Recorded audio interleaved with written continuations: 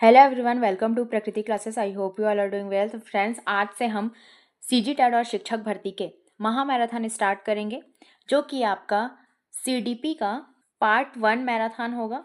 इसके बाद हम 1-2 और पार्ट में इसे हम पूरा कंप्लीट कर लेंगे। तो जो भी नए हो वो हमारे चैनल को सब्सक्राइब कर लीजिए। यहाँ पर आपको सीजी टेट और शिक्षक भर्ती की कंप्लीट तैयारी देखने को मिलेंगी। तो जो भी नए हो वो हमारे चैनल को सब्सक्राइब कर लीजिए, और अगर आपको ये क्लास पसंद आए तो लाइक, कमेंट एंड शेयर जरूर कीजिए। और आप हमारे टेलीग्राम को भी ज्वाइन कर सकते हैं, लिंक आपको डिस्क्रिप्शन में मिल जाएगा। ये आपके सभी वर्गों के लिए इंपॉर्टेंट है, चाहे वो आपका असिस्टेंट टीचर हो या फिर लेक्चरर हो। तो सीडीपी के हम सभी टॉपिक्स यहाँ पर कवर करेंगे, जिसका आपका पार्ट 1 यहाँ पर आपको देखने को मिलेगा। तो चलिए आज की इस क्लास को हम स्टार्ट करते हैं कि हम वृद्धि और विकास के बारे में पढ़ेंगे। तो सबसे पहले आप इसमें वृद्धि के बारे में देख सकते हैं, जिसे आप ग्रोथ कहते हैं। इसकी परिभाषा आप इसमें देख सकते हैं। यह शरीर के आकार, लंबाई, वजन, अंगों की वृद्धि आदि को दर्शाता है। यह मात्रात्मक है, मतलब कि क्वांटिटेटिव है। ये जो आपकी क्लास रहेगी वो बायलिंगुअल रहेगी। तो इसके बारे में आप इसमें हिंदी में भी देख सकते हैं और इंग्लिश में भी देख सकते हैं। तो वृद्धि का जो संबंध होता है, इसे आप बाहरी तौर पर देख सकते हैं, जैसे कि किसी मनुष्य की लंबाई, वजन या फिर अंगों की जो वृद्धि होती है, उसे आप बाहरी तौर पर देख सकते हैं। उसे ही आपका वृद्धि कहा जाता है। जैसे कि हम किसी व्यक्ति की लंबाई, हाइट, वेट, इन सभी चीज़ों को देखकर समझ सकते हैं इस व्यक्ति की वृद्धि कैसी हो रही है। तो इसके बारे में आप इंग्लिश में भी इधर देख सकते हैं। Growth refers to a measurable increase in size, quantity or extent. It is often physical or numerical in nature and can be quantified. जैसे कि आप एग्जाम्पल इसमें देख सकते हैं, इंक्रीज इन हाइट, वेट और पॉपुलेशन। तो जो हाइट, वेट, इन सभी में जो वृद्धि होती है उसे ही आपके ग्रोथ के अंदर रखा जाता है। और जो ग्रोथ है एक मात्रात्मक इकाई के अंतर्गत आती है, मतलब कि क्वांटिटेटिव के अंतर्गत आती है, और इससे ही आपके एग्जाम में क्वेश्चंस पूछे जाते हैं। नेक्स्ट है आपका, इसकी विशेषताएं देख सकते हैं। इसमें जो वृद्धि होती है वो मात्रात्मक होती है, इसे संख्याओं में मापा जा सकता है। मतलब कि growth is usually quantitative, measurable in numbers. इसे नंबर्स में मापा जा सकता है। यह समयबद्ध होता है और विशिष्ट चरणों में होता है, जैसे कि बचपन से वयस्कता तक। जो वृद्धि होती है एक समय के बाद रुक जाती है, मतलब कि बचपन में तो ये बढ़ती है, लेकिन एक समय के बाद, मतलब कि अडल्टहुड तक ये समाप्त हो जाती है, मतलब कि रुक जाती है। तो it is time bound and occurs in specific stages, जैसे कि चाइल्डहुड टू एडल्टहुड। तो ये पॉइंट भी इसमें इंपॉर्टेंट है। एक एक पॉइंट से आपके एग्जाम में इसी प्रकार के क्वेश्चंस पूछे जाते हैं। तो अगर आपने थ्योरी को अच्छे से समझ लिया तो आपसे इसके एमसीक्यूज बहुत ही आसानी से बनेंगे। नेक्स्ट इसके बारे में आप देख सकते हैं, यह हमेशा गुणवत्ता में सुधार का संकेत नहीं देता। जैसे कि किसी शहर की जनसंख्या बढ़ सकती है, लेकिन जीवन की गुणवत्ता में सुधार नहीं हो सकता। मतलब कि ये सिर्फ जनसंख्या बढ़ाने के लिए है, जैसे कि पॉपुलेशन, और इसमें हाइट और वेट बढ़ती है। इन सभी चीज़ों को ही आपके वृद्धि का नाम दिया गया है, लेकिन इसमें जीवन की गुणवत्ता का कोई भी सुधार नहीं हो सकता। तो ये सभी कैरेक्टरिस्टिक्स आपके वृद्धि के अंतर्गत आएंगी। अब इसके बारे में आप एग्जाम्पल के तौर पर भी समझ सकते हैं, जैसे कि एक बच्चे की ऊंचाई में वर्षों में वृद्धि। A child growing taller over the years, मतलब कि एक बच्चे की ऊंचाई इतने वर्षों तक होगी, लेकिन एक समय के बाद वो रुक जाएगी, तो उसे ही आपका वृद्धि कहा जाएगा। किसी कंपनी की आय या बाजार के आकार में वृद्धि, किसी देश में जनसंख्या की वृद्धि। तो ये सभी चीज़ें जो है वो बढ़ती ही रहती है, लेकिन एक समय के बाद ये रुक जाती है। तो इसीलिए ये सभी पॉइंट्स आपके वृद्धि के अंतर्गत आएंगे। नेक्स्ट है आपका, इसके जो प्रमुख कारक हैं, की फैक्टर्स से भी आपके एग्जाम में क्वेश्चंस पूछे जाते हैं। जैसे कि इसके अंतर्गत पोषण, अनुवांशिकी, पर्यावरण और संसाधन विकास को प्रभावित करते हैं, आपके वृद्धि के अंतर्गत आएंगी, ना कि विकास के अंतर्गत। तो इन सभी प्रमुख कारक को भी आप इसमें याद रखेंगे, क्योंकि कारक से भी आपके एग्जाम में डायरेक्ट क्वेश्चन पूछे जाते हैं। अब नेक्स्ट है आपका डेवलपमेंट, विकास के बारे में आप देखेंगे इसमें। तो विकास के अंतर्गत लिखा गया है कि विकास का अर्थ है संरचना, कार्य या गुणवत्ता में गुणात्मक सुधार या प्रगति। इसमें प्रगति, परिपक्वता या क्षमताओं में वृद्धि शामिल होती है। जो विकास है वो आपके माता के गर्भ के अंदर से और आपके मृत्यु तक ये निरंतर चलती ही रहती है। मतलब कि गर्भ से ही बच्चे का विकास प्रारंभ हो जाता है और ये मृत्यु पर्यंत तक चलती ही रहती है। मतलब कि जीवन भर विकास चलती ही रहती है। तो अगर एग्जाम में आपसे पूछा जाए कि विकास कब तक चलती है, तो आप इसका आंसर लगाएंगे कि विकास जो है निरंतर चलती ही रहती है। आप इन सभी पॉइंट्स को इसमें याद रखेंगे। तो विकास का जो अर्थ है वो क्वालिटेटिव होती है, तो क्वालिटेटिव है या फिर गुणात्मक, इनसे भी आपके एग्जाम में क्वेश्चन पूछे जाते हैं।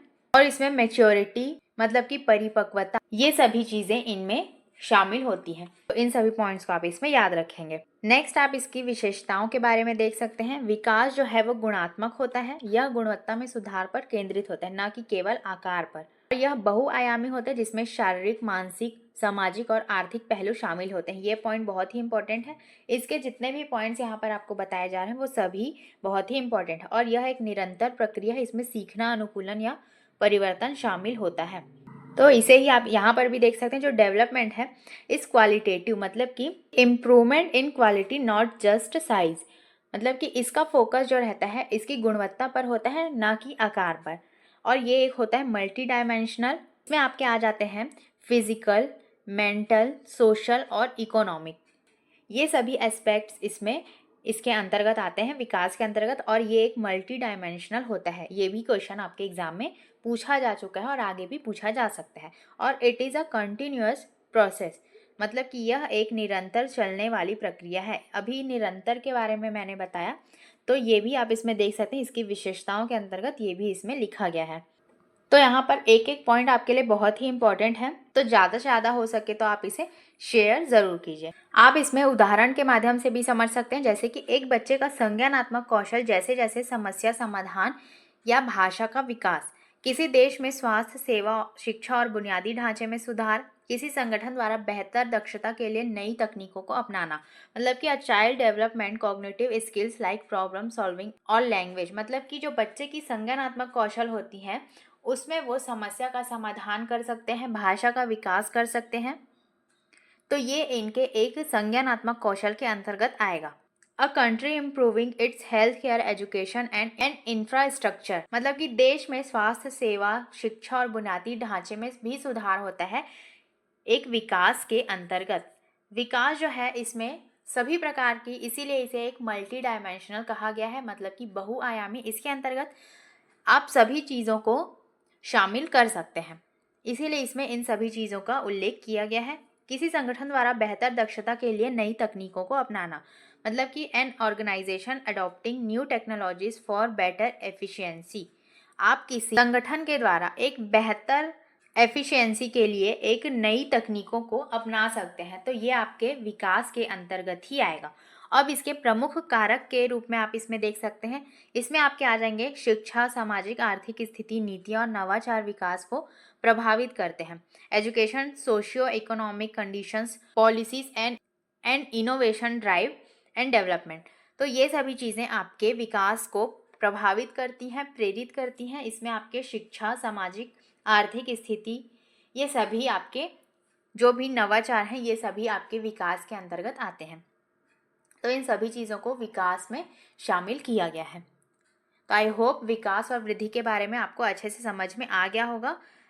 नेक्स्ट आप इसमें देख सकते हैं जो विकास और वृद्धि के बीच कुछ डिफरेंसेस हैं, इसके बारे में आप एक एक करके देख सकते हैं। जैसे कि इसमें लिखा गया है, एक साइड आपको वृद्धि के बारे में दिया गया है और दूसरी साइड विकास के बारे में, मतलब कि ग्रोथ एंड डेवलपमेंट के बारे में आपको डिफरेंसेस दिए गए हैं और इनसे आपके एग्जाम में हमेशा क्वेश्चन पूछे जाते हैं। जैसे कि इसका जो नेचर है वो होता है क्वांटिटेटिव, मात्रात्मक, और जो डेवलपमेंट है इसका नेचर हो जाएगा क्वालिटेटिव, मतलब कि गुणात्मक। नेक्स्ट है आपका जो मेजरमेंट है वो संख्याओं में मापने योग्य है, मतलब कि मेजरेबल इन नंबर, और इसमें जो है गुणवत्ता में सुधार से मापा जाता है, measured by improvement in quality. इसका स्कोप जो है वो limited to size and quantity, मतलब कि आकार मात्रा तक सीमित हो जाता है। जो वृद्धि है वो एक टाइम के बाद रुक जाती है, जैसे कि आपका हाइट और वेट एक टाइम के बाद रुक जाता है। लेकिन जो विकास है उसमें संरचनात्मक कार्यात्मक परिवर्तनों को शामिल किया जाता है। इसमें जो है वो है स्ट्रक्चरल एंड फंक्शनल चेंजेस को शामिल किया जाता है। इसका जो टाइम ड्यूरेशन है वो है time bound stops and maturity, समयबद्ध परिपक्वता पर रुक जाता है। जैसे कि आपका वेट और हाइट एक समय के बाद रुक जाता है, इसमें लेकिन निरंतर जीवन भर चलता ही रहता है। Continuous and life long progress आपके विकास के अंतर्गत आता है।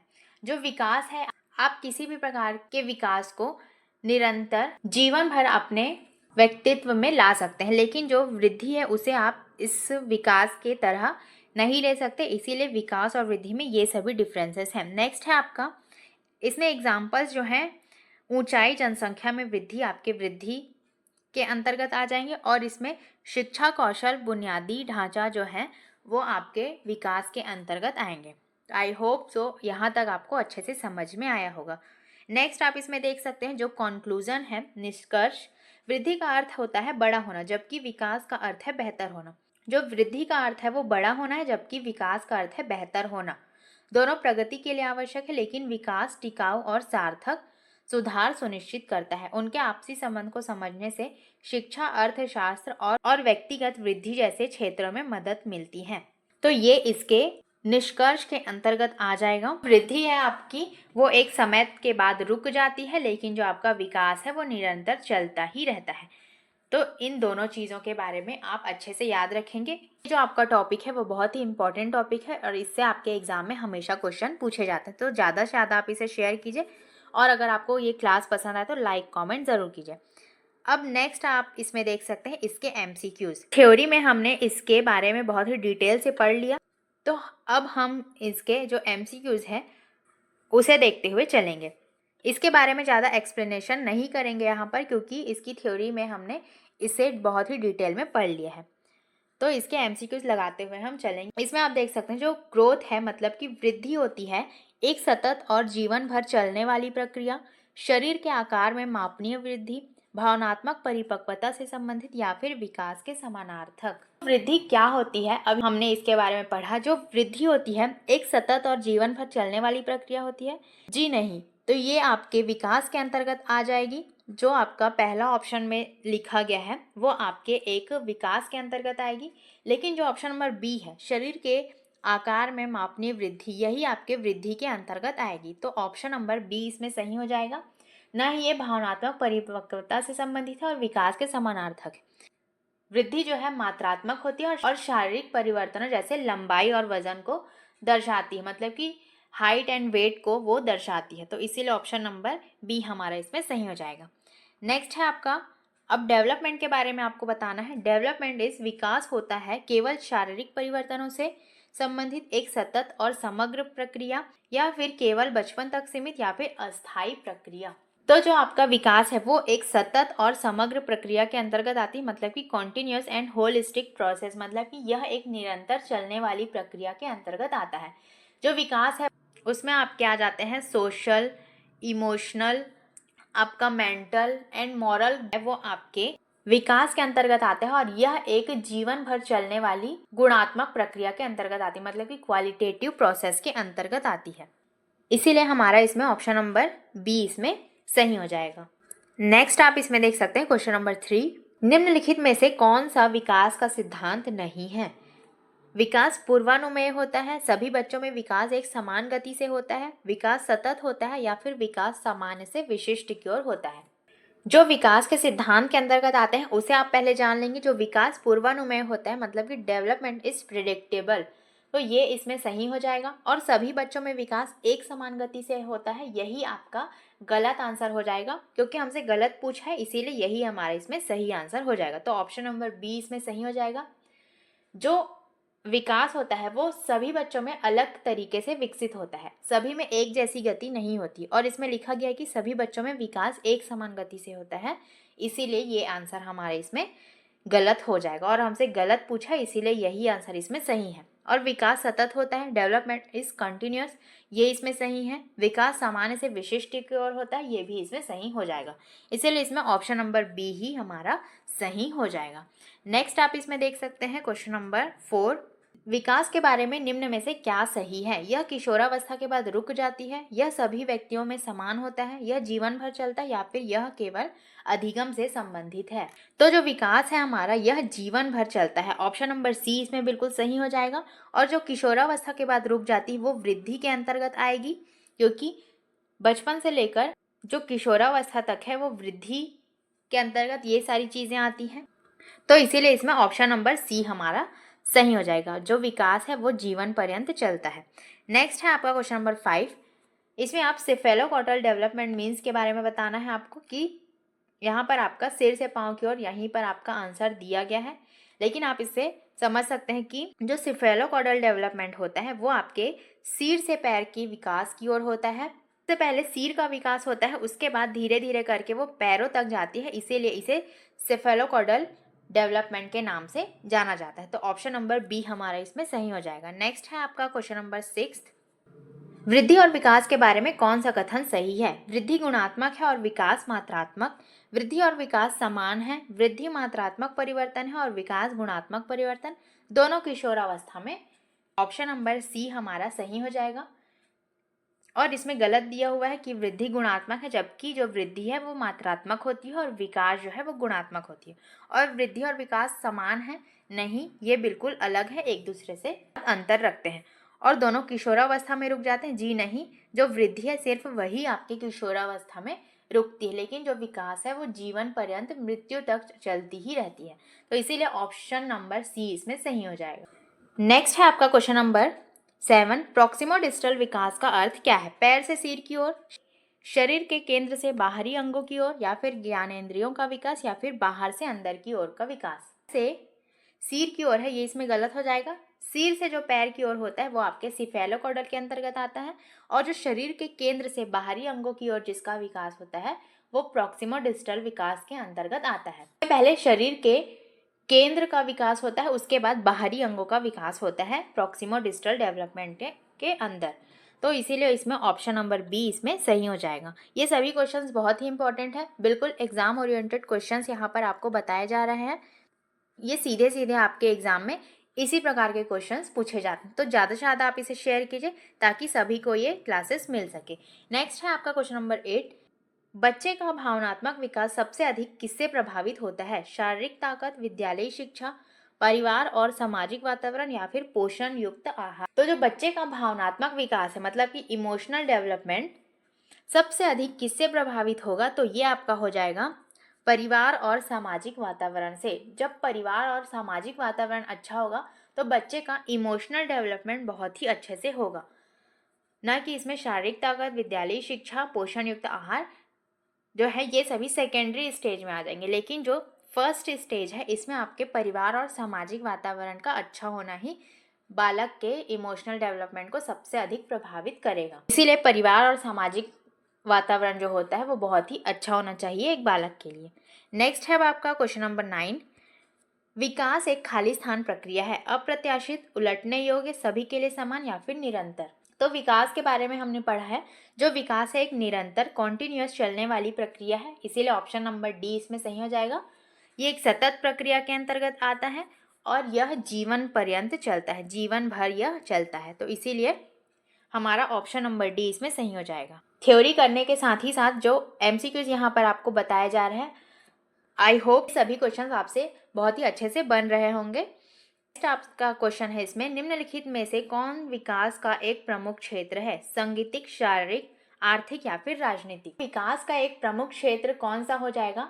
तो इसमें आपका हो जाएगा फिजिकल। शारीरिक जो है, जो शारीरिक क्षेत्र है वो विकास के अंतर्गत आएगा। विकास के जो प्रमुख क्षेत्र के बारे में जो मैंने बताया था उसमें से आपके आ जाते थे physical, cognitive, social, emotional, language. ये जो सभी हैं वो आपके विकास के प्रमुख क्षेत्र के अंतर्गत आते हैं, मतलब कि शारीरिक, मानसिक को ही आप संज्ञानात्मक क्षेत्र के अंतर्गत रखेंगे, और इसके साथ ही साथ सामाजिक, भावनात्मक और भाषाई, ये सभी आपके विकास के क्षेत्र के अंतर्गत आते हैं। तो इसमें आपका सही आंसर हो जाएगा ऑप्शन नंबर बी, शारीरिक, मतलब कि फिजिकल। नेक्स्ट है आपका question number 11। Cognitive development theory was proposed by. संज्ञानात्मक विकास का सिद्धांत किसने दिया था? वाइगोत्स्की, स्किनर, पियाजे एवं एरिक्सन। जो थ्योरी वाली क्लासेस में आप देख सकते हैं, जो सीडीपी क्लासेस मैंने डाली हैं प्लेलिस्ट में, उसमें आपको इन सभी की थ्योरीज मिल जाएंगी। इन्हें भी उन क्लासेस को देखना है तो वो हमारे प्लेलिस्ट में चेक कर सकते हैं, आपको सभी मनोवैज्ञानिक की थ्योरी आपको वहां पर मिल जाएंगी। तो जो संज्ञानात्मक विकास का सिद्धांत दिया था वो दिया था आपके option number C, mister Jean पियाजे के द्वारा इसे दिया गया था। और इन्होंने जो है 4 प्रकार के इसमें स्टेजेस के बारे में बताया था, जिसमें आपका आ जाएगा सेंसरी मोटर स्टेज, नेक्स्ट आपका आ जाएगा प्री ऑपरेशनल स्टेज, नेक्स्ट उसके बाद आपका आ जाएगा कॉन्क्रीट स्टेज, उसके बाद आपका आ जाएगा फॉर्मल स्टेज। तो इन सभी के स्टेजेस के बारे में मैंने बहुत डिटेल में बताया था, तो पियाजे की थ्योरी आप हमारे प्लेलिस्ट में चेक कर सकते हैं। इसका सही आंसर आपका हो जाएगा ऑप्शन नंबर सी, जीन पियाजे। नेक्स्ट है आपका क्वेश्चन नंबर 12। एरिक एरिक्सन के अनुसार किशोरावस्था का चरण कौन सा है? स्वायत्तता बनाम शर्म, विश्वास बनाम अविश्वास, पहचान बनाम भूमिका भ्रम या फिर पहल बनाम अपराध बोधक। तो जो किशोरावस्था में जो चरण दिया है एरिक एरिक्सन के द्वारा, वो इसमें हो जाएगा आपका ऑप्शन नंबर सी, पहचान बनाम भूमिका भ्रम, मतलब कि आइडेंटिटी वर्सेस रोल कंफ्यूजन जो है वो एरिक एरिक्सन के द्वारा दिया गया चरणों में से एक चरण है, जिसमें से किशोरावस्था में बच्चे अपनी पहचान खोजने का प्रयास करते हैं। इसे ही एरिक एरिक्सन ने आइडेंटिटी वर्सेस रोल कंफ्यूजन का नाम दिया है, तो इसीलिए इसमें ऑप्शन नंबर सी हमारा सही हो जाएगा। नेक्स्ट है आपका क्वेश्चन नंबर 13। विकास की विशेषता कौन सी नहीं है? पूर्वानुमेय, सभी के लिए एक समान, जीवन भर चलने वाला या फिर अनुक्रमिक। तो विकास की जो विशेषता के अंतर्गत नहीं आएगा वो आपका हो जाएगा सभी के लिए एक समान। ऑप्शन नंबर बी इसमें सही हो जाएगा, क्योंकि जो विकास है वो सभी के लिए एक समान नहीं होती, सभी के लिए अलग अलग होती है, तो इसीलिए ऑप्शन नंबर बी इसमें सही हो जाएगा। नेक्स्ट है आपका क्वेश्चन नंबर 14।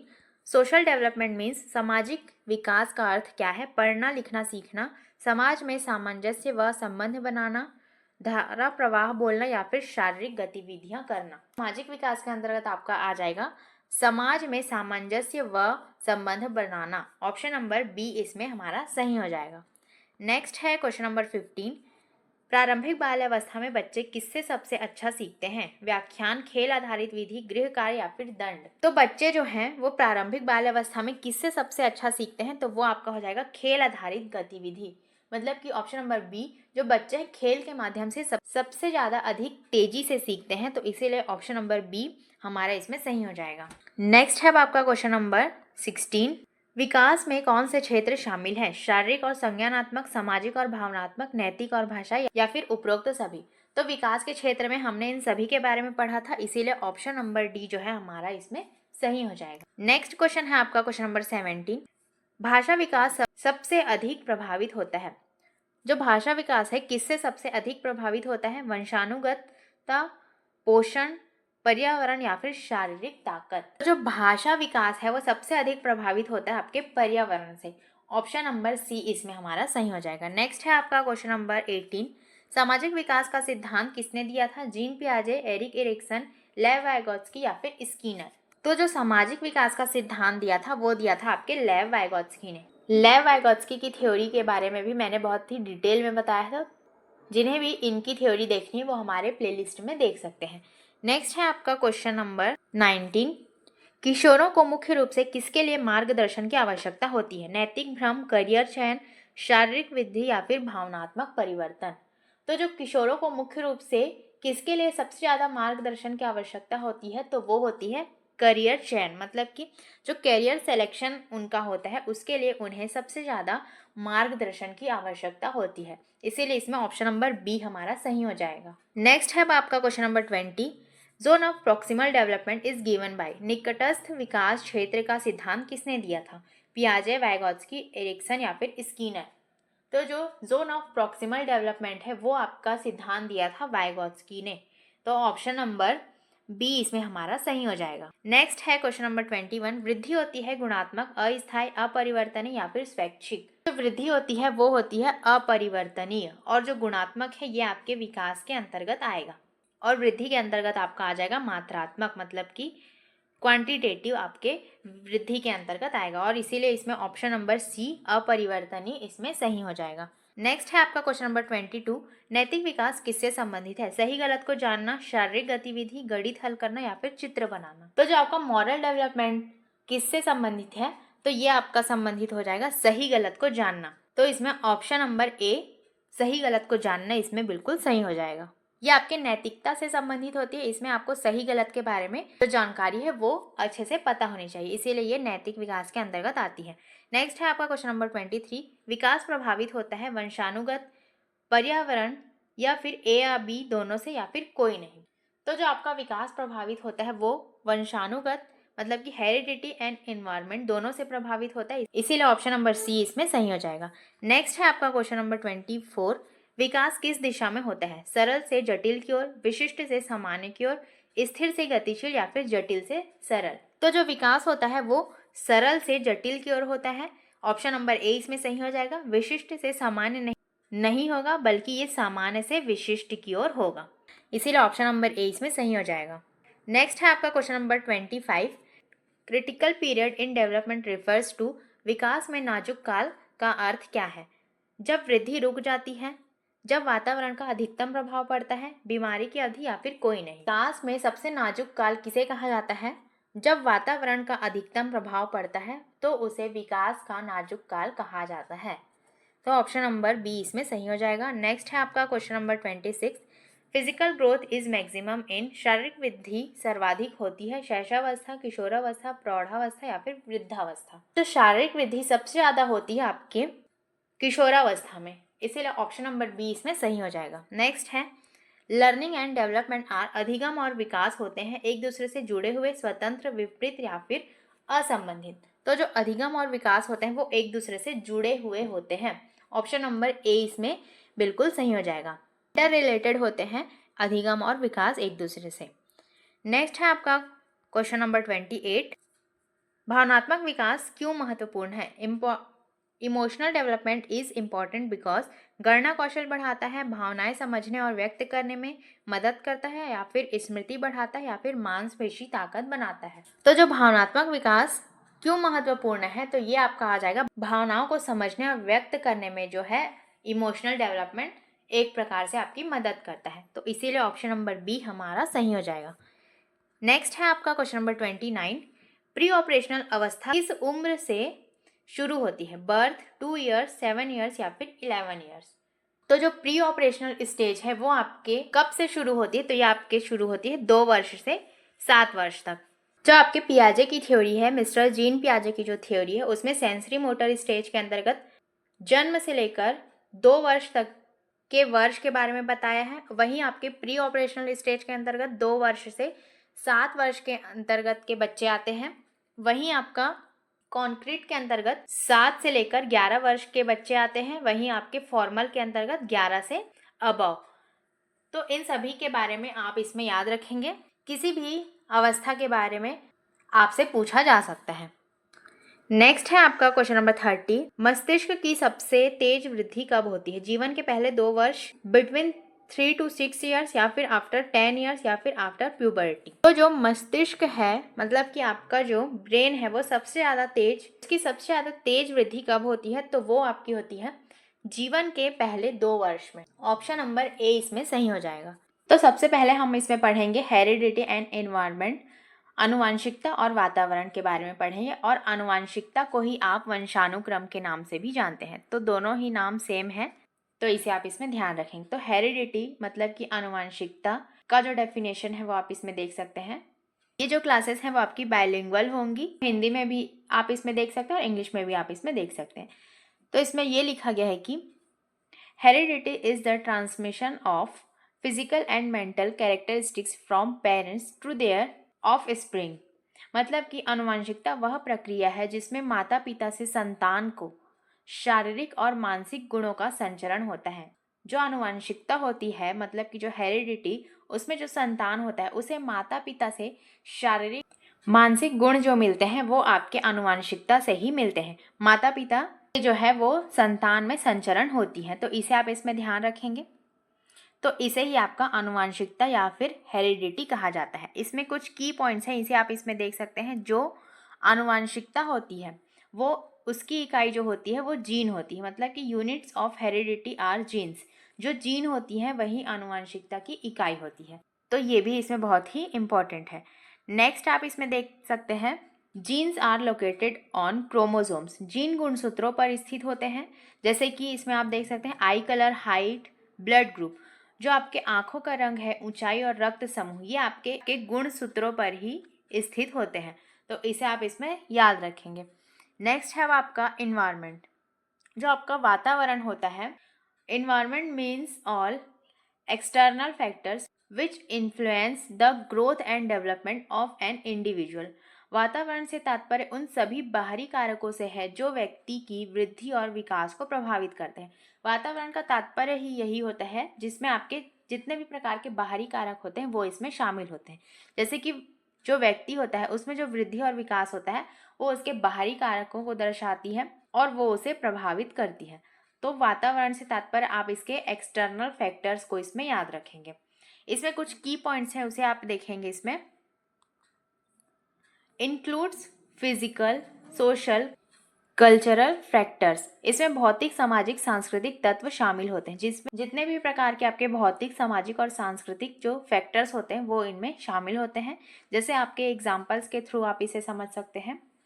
जैसे कि इसमें आ जाता है फैमिली, परिवार, स्कूल, विद्यालय, सोसाइटी, समाज, क्लाइमेट या फिर जलवायु। तो यही आपके सामाजिक, सांस्कृतिक और भौतिक तत्व होते हैं जिनसे आपका एक वातावरण तैयार होता है। तो ये सभी पॉइंट्स आपके वातावरण से संबंधित है। इसमें आप इसका जो कंक्लूजन है, निष्कर्ष, इसे आप इसमें देख सकते हैं। Both heredity and environment are equally important. आनुवंशिकता और वातावरण दोनों समान रूप से महत्वपूर्ण है। ये जो दोनों है वो बहुत ही महत्वपूर्ण है। They interact continuously for overall development. ये दोनों मिलकर व्यक्ति के संपूर्ण विकास को प्रभावित करते हैं। अतः जो आनुवंशिकता और वातावरण होती है इन दोनों की भूमिका एक व्यक्ति के विकास के लिए बहुत ही महत्वपूर्ण होती है। तो इन सभी बातों को आप इसमें याद रखेंगे। इनसे जो है आपके एग्जाम में हमेशा क्वेश्चंस पूछे जाते हैं। तो चलिए इसके जो MCQs हैं उन्हें हम आज की इस क्लास में कवर करते हैं। साथ ही साथ आप इन सभी क्वेश्चंस को बनाने की कोशिश करेंगे जिससे आपको पता चलेगा कि आपके कितने क्वेश्चंस इसमें से सही हुए। तो चलिए सबसे पहला क्वेश्चन आप इसमें देख सकते हैं, आनुवंशिकता क्या है। अभी हमने पढ़ा आनुवंशिकता और वातावरण के बारे में। तो व्हाट इज हेरिडिटी? माता पिता से संतानों में गुणों का स्थानांतरण, केवल वातावरण का प्रभाव, सामाजिक व्यवहार या फिर शिक्षा पद्धति। तो अभी हमने इसके बारे में देखा, जो आनुवंशिकता होती है वो माता पिता से संतानों में गुणों का स्थानांतरण करवाती है। तो ऑप्शन नंबर ए ही हमारा इसमें सही हो जाएगा। जो आनुवंशिकता होती है वो एक ऐसी प्रक्रिया होती है जिसमें माता पिता के गुण जो है वो बच्चों में डायरेक्ट आते हैं जीन्स के माध्यम से। तो इसे आप इसमें याद रखेंगे। नेक्स्ट है आपका क्वेश्चन नंबर 2, आनुवंशिकी के जनक कौन है? Who is the father of genetics? Darwin, Mendel, Watson या फिर स्किनर। तो जो आनुवंशिकी के जनक हैं वो आपके हो जाएंगे मेंडल। जो मेंडल थे वो आपके आनुवंशिकी के जनक हैं और इनका जो पूरा नाम हो जाएगा वो हो जाएगा ग्रेगर मेंडल। तो इनका पूरा नाम भी आप इसमें याद रखेंगे। इनका पूरा नाम है ग्रेगर मेंडल। इन्होंने मटर के पौधों पर प्रयोग करके आनुवंशिकी के नियम बताए थे। तो इनका जो प्रयोग हुआ था उसे भी आप इसमें याद रखेंगे। इन्होंने मटर के पौधों पर आनुवंशिकी का उपयोग कर इसके जो नियम है उसे बताया था। तो इसे आप इसमें याद रखेंगे क्योंकि जो शिक्षक भर्ती हुई थी उसमें ये वाला क्वेश्चन पूछा ही गया था। ये जो क्वेश्चन है वो आपके लिए बहुत ही इंपॉर्टेंट है। नेक्स्ट है आपका क्वेश्चन नंबर 3, आंखों का रंग किसका उदाहरण है? आई colour is an example of वातावरण, आनुवंशिकता, शिक्षा या फिर समाज। तो जो आंखों का रंग होता है ये आपके निर्भर करता है आनुवंशिकता पर।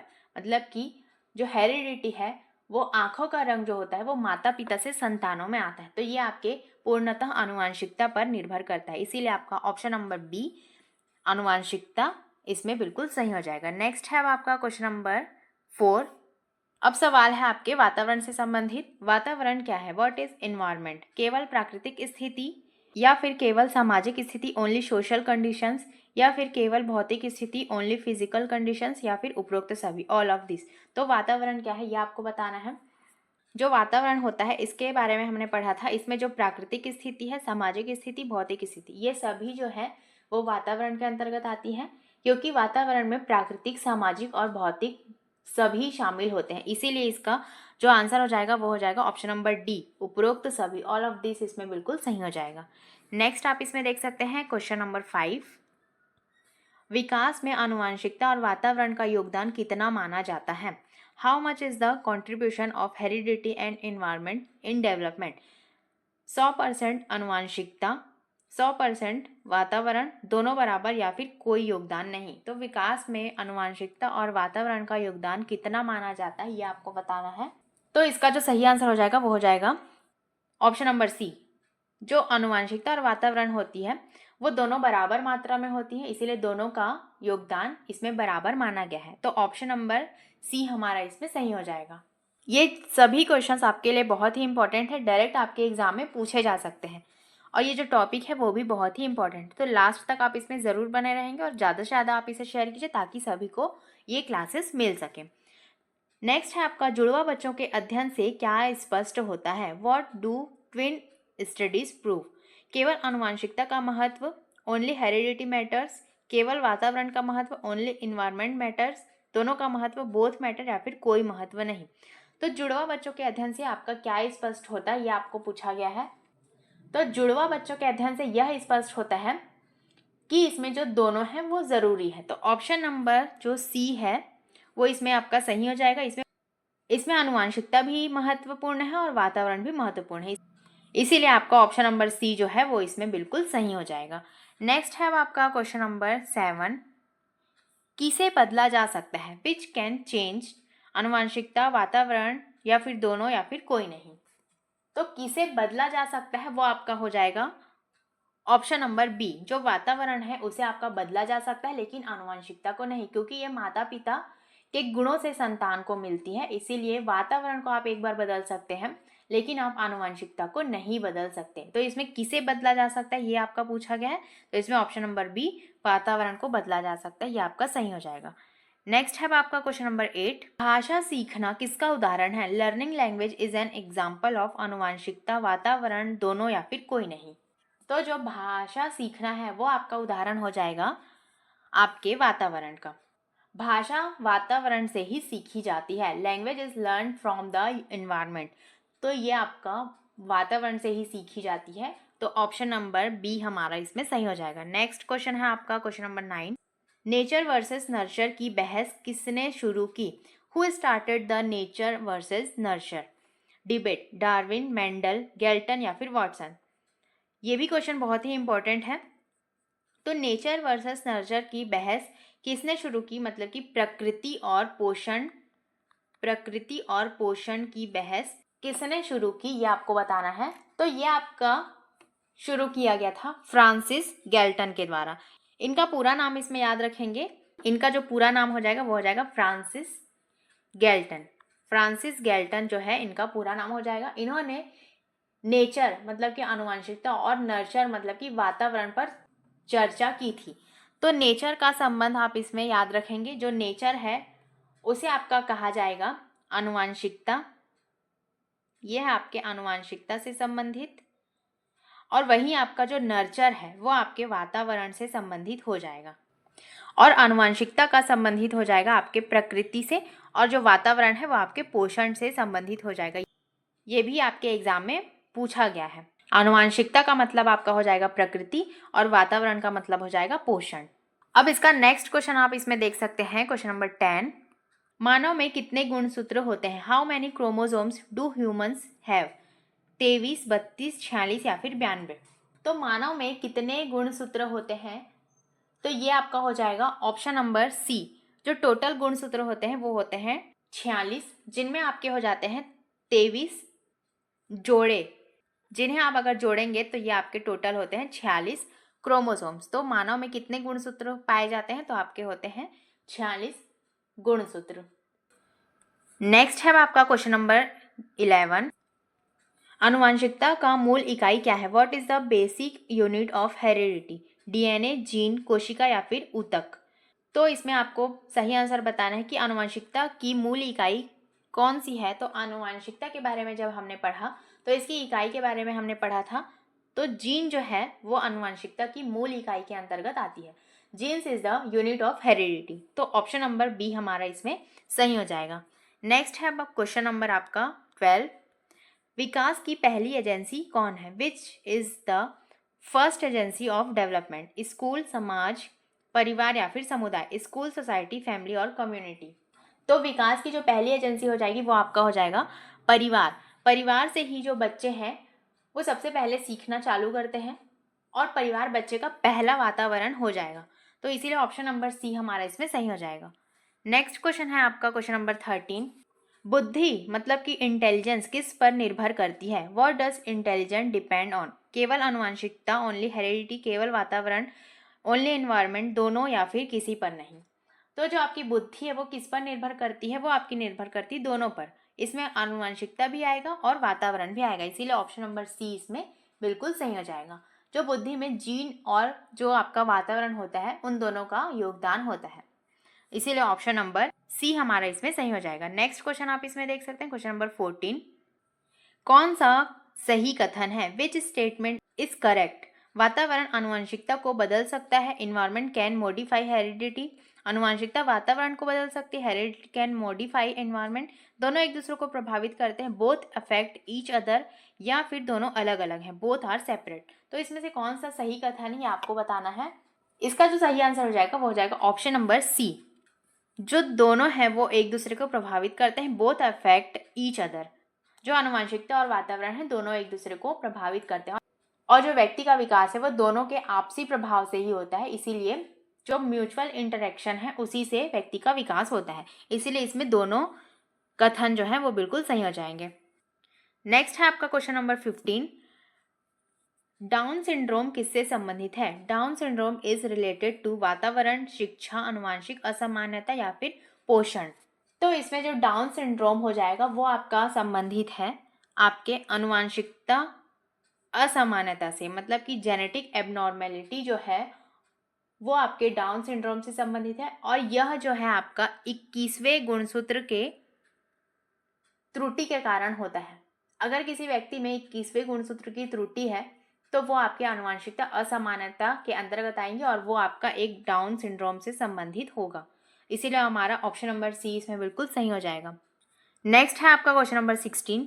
नैतिकता किससे विकसित होती है? मॉरलिटी डेवलप्स ड्यू टू आनुवंशिकता, वातावरण, केवल डीएनए या फिर कोई नहीं। तो आपका जो नैतिकता है वो वातावरण और समाज दोनों से सीखी जाती है, इसीलिए इसमें जो आंसर हो जाएगा आपका ऑप्शन नंबर बी, जो वातावरण है वो नैतिकता से संबंधित हो जाएगा। जो मॉरलिटी है is learn from family and society, तो आपका जो फैमिली एंड सोसाइटी है वो आपके एनवायरनमेंट से संबंधित है, इसीलिए वातावरण इसमें बिल्कुल सही हो जाएगा। नेक्स्ट है आपका क्वेश्चन नंबर 17। माता पिता की शिक्षा किसे प्रभावित करती है? पेरेंट्स एजुकेशन अफेक्ट्स शारीरिक विकास, फिजिकल डेवलपमेंट, सामाजिक विकास, सोशल डेवलपमेंट, नैतिक विकास, मॉरल डेवलपमेंट या फिर सभी। तो माता पिता की जो शिक्षा है वो किसे प्रभावित करती है यह आपको बताना है। तो जो माता पिता का स्तर है वो बच्चे को हर दृष्टि से प्रभावित करता है, तो ऑप्शन नंबर डी हमारा इसमें सही हो जाएगा। Parents education impacts all round development, ये आपके बच्चे के शारीरिक विकास, सामाजिक विकास, नैतिक विकास, इन सभी को प्रभावित करती है, तो हमारा इसीलिए ऑप्शन नंबर डी इसमें सही हो जाएगा। नेक्स्ट है आपका क्वेश्चन नंबर 18। विशेष प्रतिभा किससे आती है? स्पेशल टैलेंट कम्स फ्रॉम केवल जीन, केवल अभ्यास, दोनों या फिर कोई नहीं। तो जो विशेष प्रतिभा है, स्पेशल जो टैलेंट होती है वो आपका आ जाएगा ऑप्शन नंबर सी, जीन और अभ्यास दोनों से ये आपका होता है। जन्मजात योग्यता होती है ये एक, और इसमें जो निखार होता है वो वातावरण से आता है। अगर आपका वातावरण अच्छा हो तो आपका जो स्पेशल टैलेंट है वो एक निखर कर आएगा, लेकिन इसमें जीन और अभ्यास जो है दोनों इसमें शामिल होते हैं, और ये आपकी एक जन्मजात योग्यता होती है, तो इसे भी आप इसमें याद रखेंगे। नेक्स्ट है आपका क्वेश्चन नंबर 19। विकास का आंतरिक कारक कौन सा है? Which is an internal factor of development? School, समाज, आनुवंशिकता या फिर परिवार। तो विकास का जो आंतरिक कारक है वो आपका हो जाएगा आनुवंशिकता, ऑप्शन नंबर सी जो है वो इसमें सही हो जाएगा। जीन और गुणसूत्र जो होते हैं वो आंतरिक होते हैं। Genes and chromosomes are internal factors, जो आपके जीन और आपके गुणसूत्र होते हैं वो आपके आंतरिक कारक होते हैं, तो इसीलिए हमारा ऑप्शन नंबर सी इसमें सही हो जाएगा, और ये जो दोनों हैं वो आनुवंशिकता के अंतर्गत आते हैं। नेक्स्ट है अब आपका क्वेश्चन नंबर 20। कौन सा वातावरण का हिस्सा नहीं है? Which is not part of environment. जो नहीं है वैसे क्वेश्चंस को आप ज़्यादा ध्यान से पढ़ेंगे क्योंकि इनमें ही आपकी गलती होती है। इसमें जो ऑप्शंस दिए गए हैं वो है फैमिली, मित्र, जीन या फिर समाज। तो कौन सा वातावरण का हिस्सा नहीं है ये आपको बताना है। तो जो वातावरण का हिस्सा नहीं है वो आपका हो जाएगा जीन्स, क्योंकि ये आपके एक आनुवंशिकता से संबंधित है, और आनुवंशिकता की जो इकाई है, मूल इकाई है, वही आपकी जीन्स होती है। तो जीन एक आंतरिक होते हैं और वातावरण में नहीं आते हैं। Genes are internal not environmental. और ये जो परिवार, मित्र और समाज है वो आपके वातावरण से संबंधित है। इसीलिए आपका ऑप्शन नंबर सी जीन्स इसमें सही हो जाएगा। नेक्स्ट है आपका क्वेश्चन नंबर 21। विकास के क्षेत्र में क्या नहीं आता है? Which is not a domain of development. शारीरिक, सामाजिक, आनुवंशिक या फिर संज्ञानात्मक। विकास के क्षेत्र में कौन सा नहीं आएगा? वो आपका आ जाएगा आनुवंशिक। आनुवंशिकता आपके विकास के क्षेत्र में नहीं आएगा, क्योंकि ये एक क्षेत्र नहीं है, ये आपका एक कारक है। तो इसे आप इसमें याद रखेंगे। नेक्स्ट क्वेश्चन है आपका क्वेश्चन नंबर 22। कौन सा इसमें गलत कथन है? Which statement is incorrect. केवल आनुवंशिकता से व्यक्ति बनता है। Personality is made only by heredity. वातावरण व्यक्तित्व को आकार देता है। Environment shapes personality. दोनों आवश्यक हैं। Both are important. विद्यालय वातावरण का भाग है। Social is part of environment. तो इसमें से कौन सा कथन गलत है ये आपको बताना है। तो इसमें ऑप्शन नंबर जो ए है वही इसमें गलत हो जाएगा। केवल आनुवंशिकता से व्यक्तित्व बनता है, जी नहीं। जो आपका व्यक्तित्व बनता है वो आनुवंशिकता और वातावरण दोनों से बनता है। तो इसमें जो ऑप्शन नंबर ए है वही आपका इसमें सही आंसर हो जाएगा, क्योंकि हमसे गलत पूछा है इसीलिए सही आंसर हमारा यही हो जाएगा। नेक्स्ट है आपका क्वेश्चन नंबर 23। सामाजिक वातावरण में क्या आता है? Which is include in social environment. परिवार, मित्र, संस्कृति या फिर सभी। तो आपका इनमें से सभी जो है वो सामाजिक वातावरण के अंतर्गत आता है। इसमें परिवार भी आता है, मित्र भी और संस्कृति भी इसमें शामिल होते हैं। All these are part of social environment. जो सभी है वो आपके सामाजिक वातावरण के अंतर्गत आते हैं। नेक्स्ट है आपका क्वेश्चन नंबर 24। गुणसूत्र कहाँ पाए जाते हैं? Where are chromosomes found. कोशिका केंद्रक, न्यूक्लियस। रक्त मतलब कि ब्लड। डीएनए के बाहर, आउटसाइड डीएनए या फिर ऊतक, टिश्यू। तो गुणसूत्र आपके कहाँ पाए जाते हैं ये आपको बताना है। तो जो गुणसूत्र होते हैं वो आपके न्यूक्लियस में पाए जाते हैं, मतलब कि कोशिका केंद्रक में होते हैं। Chromosomes are found in the cell nucleus.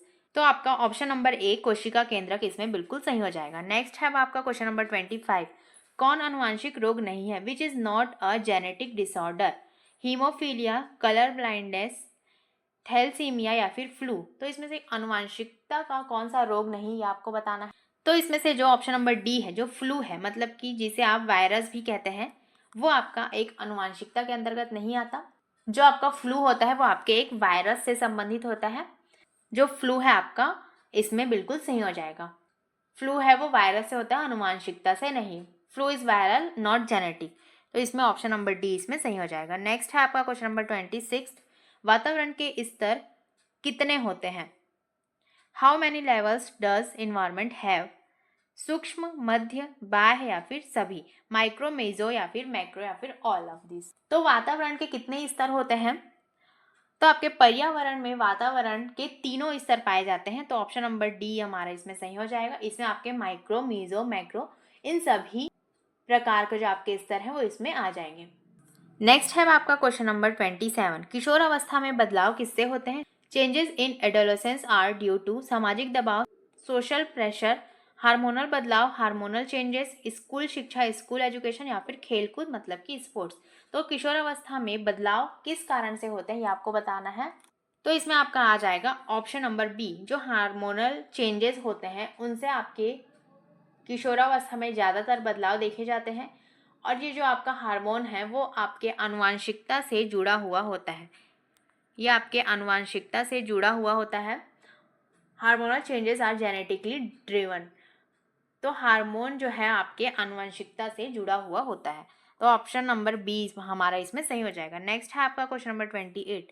परिवार किस प्रकार का वातावरण देता है? What type of environment does family provide. जो आपका परिवार है वो किस प्रकार का वातावरण देता है आपको? सामाजिक, भौतिक, दोनों या फिर कोई नहीं।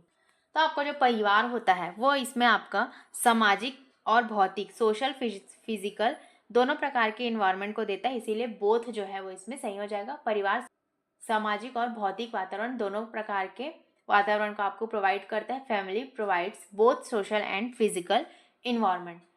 तो इसीलिए ऑप्शन नंबर सी जो है वो इसमें सही हो जाएगा। नेक्स्ट है आपका क्वेश्चन नंबर 29। मानसिक रोगों का कारण क्या हो सकता है? What make cause mental disorders. केवल अनुवांशिकता, केवल वातावरण, दोनों या फिर कोई नहीं। तो मानसिक रोगों का जो कारण है वो आपका हो जाएगा बोथ, दोनों जो हैं आनुवंशिकता और वातावरण आपके मानसिक रोगों के जिम्मेदार होते हैं। Both factors can cause mental disorders, इसीलिए ऑप्शन नंबर सी हमारा सही हो जाएगा। अब आज का हमारा लास्ट क्वेश्चन आप इसमें देख सकते हैं, क्वेश्चन नंबर 30। आईक्यू टेस्ट में भिन्नता क्यों आती है? Why do IQ test scores vary? आनुवंशिकता, वातावरण, दोनों या फिर कोई नहीं। तो आईक्यू टेस्ट में भिन्नता क्यों आती है आपको बताना है। तो इसका सही आंसर जो हो जाएगा, आपके दोनों इसमें आ जाएंगे, जो आनुवंशिकता और वातावरण है। बुद्धि पर इन दोनों का प्रभाव पड़ता है, इसीलिए आईक्यू टेस्ट में भिन्नता पाई जाती है। IQ is affected by both heredity and environment, तो इसीलिए ऑप्शन नंबर सी हमारा इसमें सही हो जाएगा। और ये जो आपकी क्लास है वो बायलिंगुअल रहेंगी, तो हिंदी और इंग्लिश दोनों मीडियम वाले को इसे पढ़ने में आसानी होगी। तो सबसे पहले आप इसमें देख सकते हैं, इसमें लिखा गया है कि बुद्धिमत्ता के सृजन का समालोचनात्मक परिप्रेक्ष्य, critical perspective on the development of intelligence. मतलब कि आपको बुद्धिमत्ता के बारे में यहाँ पर डिस्क्राइब किया जा रहा है। इसकी अर्थ एवं परिभाषा को आप इसमें देख सकते हैं। बुद्धिमत्ता वह क्षमता है जिसके द्वारा व्यक्ति तर्क करता है, समस्याओं का समाधान करता है, अनुभव से सीखता है और नए परिस्थितियों में समायोजन करता है। मतलब कि किसी व्यक्ति में जो बुद्धि ही है जिसके वजह से वो यह सारी चीज़ों को कर पाता है। इसीलिए बुद्धि में लिखा गया है कि व्यक्ति इसमें तर्क करता है, समस्याओं का समाधान भी करता है और अपने अनुभवों से सीखता है और नए परिस्थितियों में एडजस्टमेंट करना सीखता है, मतलब कि समायोजन करना सीखता है। इसमें यही लिखा गया है कि intelligence is the ability to reason, solve problems, learn from experience and adopt to new situations. बुद्धि के द्वारा ही व्यक्ति इन सभी चीज़ों को कर पाता है। तो ये आपके बुद्धि का अर्थ हो गया। इसके बाद आगे इसमें देख सकते हैं आप, इसमें कुछ प्रमुख परिभाषाओं के बारे में यहाँ पर दिया गया है। परिभाषाओं में लिखा गया है कि सबसे पहले इसमें दिया गया है बीने एवं साइमन के अनुसार निर्णय करने, अनुकूलन करने और आत्म आलोचना करने की क्षमता, ये बीने एवं साइमन के द्वारा दिया गया है। थॉर्नडाइक के द्वारा दिया गया है 3 प्रकार की बुद्धि। इसमें अमूर्त बुद्धि, यांत्रिक, सामाजिक बुद्धि के बारे में थॉर्नडाइक के द्वारा बताया गया है। नेक्स्ट है आपका वेस्लर। वेस्लर के अनुसार उद्देश्यपूर्ण सोचने, तर्क करने और प्रभावी ढंग से वातावरण से तालमेल बिठाने की समग्र क्षमता। मतलब कि विभिन्न प्रकार के मनोवैज्ञानिकों ने अपने अपने तरीके से बुद्धि की परिभाषा को यहाँ पर बताया है। और जो बीने और साइमन है, इस जो आपके मनोवैज्ञानिक है, इनसे आपके एग्जाम में हमेशा क्वेश्चन पूछे जाते हैं। नेक्स्ट आप इसमें देख सकते हैं, यहाँ पर आपको दिया गया है बुद्धिमत्ता का सृजन, मतलब कि डेवलपमेंट ऑफ इंटेलिजेंस। बुद्धिमत्ता का विकास जो होता है वो जन्मजात और अर्जित इन्वायरमेंट दोनों कारकों पर निर्भर करता है। जो आपकी बुद्धि होती है वो जेनेटिक भी होती है, मतलब कि माता पिता से मिलने वाले जो गुण होते हैं वो भी आपकी बुद्धि में पाए जाते हैं, और जो आप वातावरण से अर्जित करते हैं वो भी आपके बुद्धि में शामिल होता है। मतलब कि इन दोनों का ही गुणनफल होता है बुद्धि के विकास के लिए। तो ये सभी चीज़ें बहुत ही इंपॉर्टेंट है, इसी प्रकार के आपके एग्जाम में क्वेश्चन भी बनते हैं। The development of intelligence depends on both heredity and environment factors. तो यही चीज़ इसमें लिखा गया है। इसके कारक के बारे में आप इसमें देख सकते हैं। कारक में लिखा गया है कि वंशानुगत, मतलब कि इसमें हेरिडिटी भी इसमें इम्पॉर्टेंट है, पर्यावरणीय इन्वायरमेंट भी इम्पॉर्टेंट है, और व्यक्तिगत प्रयास, पर्सनल एफर्ट्स भी इसमें बहुत ही महत्वपूर्ण है। वंशानुगत मतलब कि हेरिडिटी के अंतर्गत लिखा गया कि मस्तिष्क की संरचना, तंत्रिका तंत्र की कार्य करने की क्षमता, ये सभी आपके हेरिडिटी पर डिपेंड होता है। नेक्स्ट है आपके इन्वायरमेंट के अंतर्गत लिखा गया कि घर का माहौल आपका कैसा है। अगर घर का माहौल अच्छा है तो आपके बुद्धि के विकास में भी बहुत ही पॉजिटिविटी दिखाई देगी। नेक्स्ट है आपका शिक्षा, समाज, संस्कृति, पोषण, प्रेरणा, ये सभी आपके इन्वायरमेंट के अंतर्गत आएगा। नेक्स्ट है पर्सनल एफर्ट्स, व्यक्तिगत प्रयास, अभ्यास, अनुभव और शिक्षा द्वारा सुधार भी संभव होता है एक बुद्धि में। तो ये सभी चीज़ें इसके फैक्टर्स के अंतर्गत आएंगी। नेक्स्ट आपका दिया गया है समालोचनात्मक परिप्रेक्ष्य, क्रिटिकल पर्सपेक्टिव जो है बुद्धि के बारे में, इसे आप एक एक करके देखेंगे। सबसे पहले इसमें लिखा गया है कि एकल बुद्धिमत्ता सिद्धांत की आलोचना। जो एकल बुद्धिमत्ता का सिद्धांत दिया था उसकी आलोचना की गई थी। जो आपका आईक्यू टेस्ट होता है जिससे आपकी बुद्धि मापी जाती है, उसमें केवल तार्किक और भाषाई क्षमताओं पर ही जो बुद्धि होती वो केंद्रित होती, इसीलिए इसकी आलोचना की गई थी।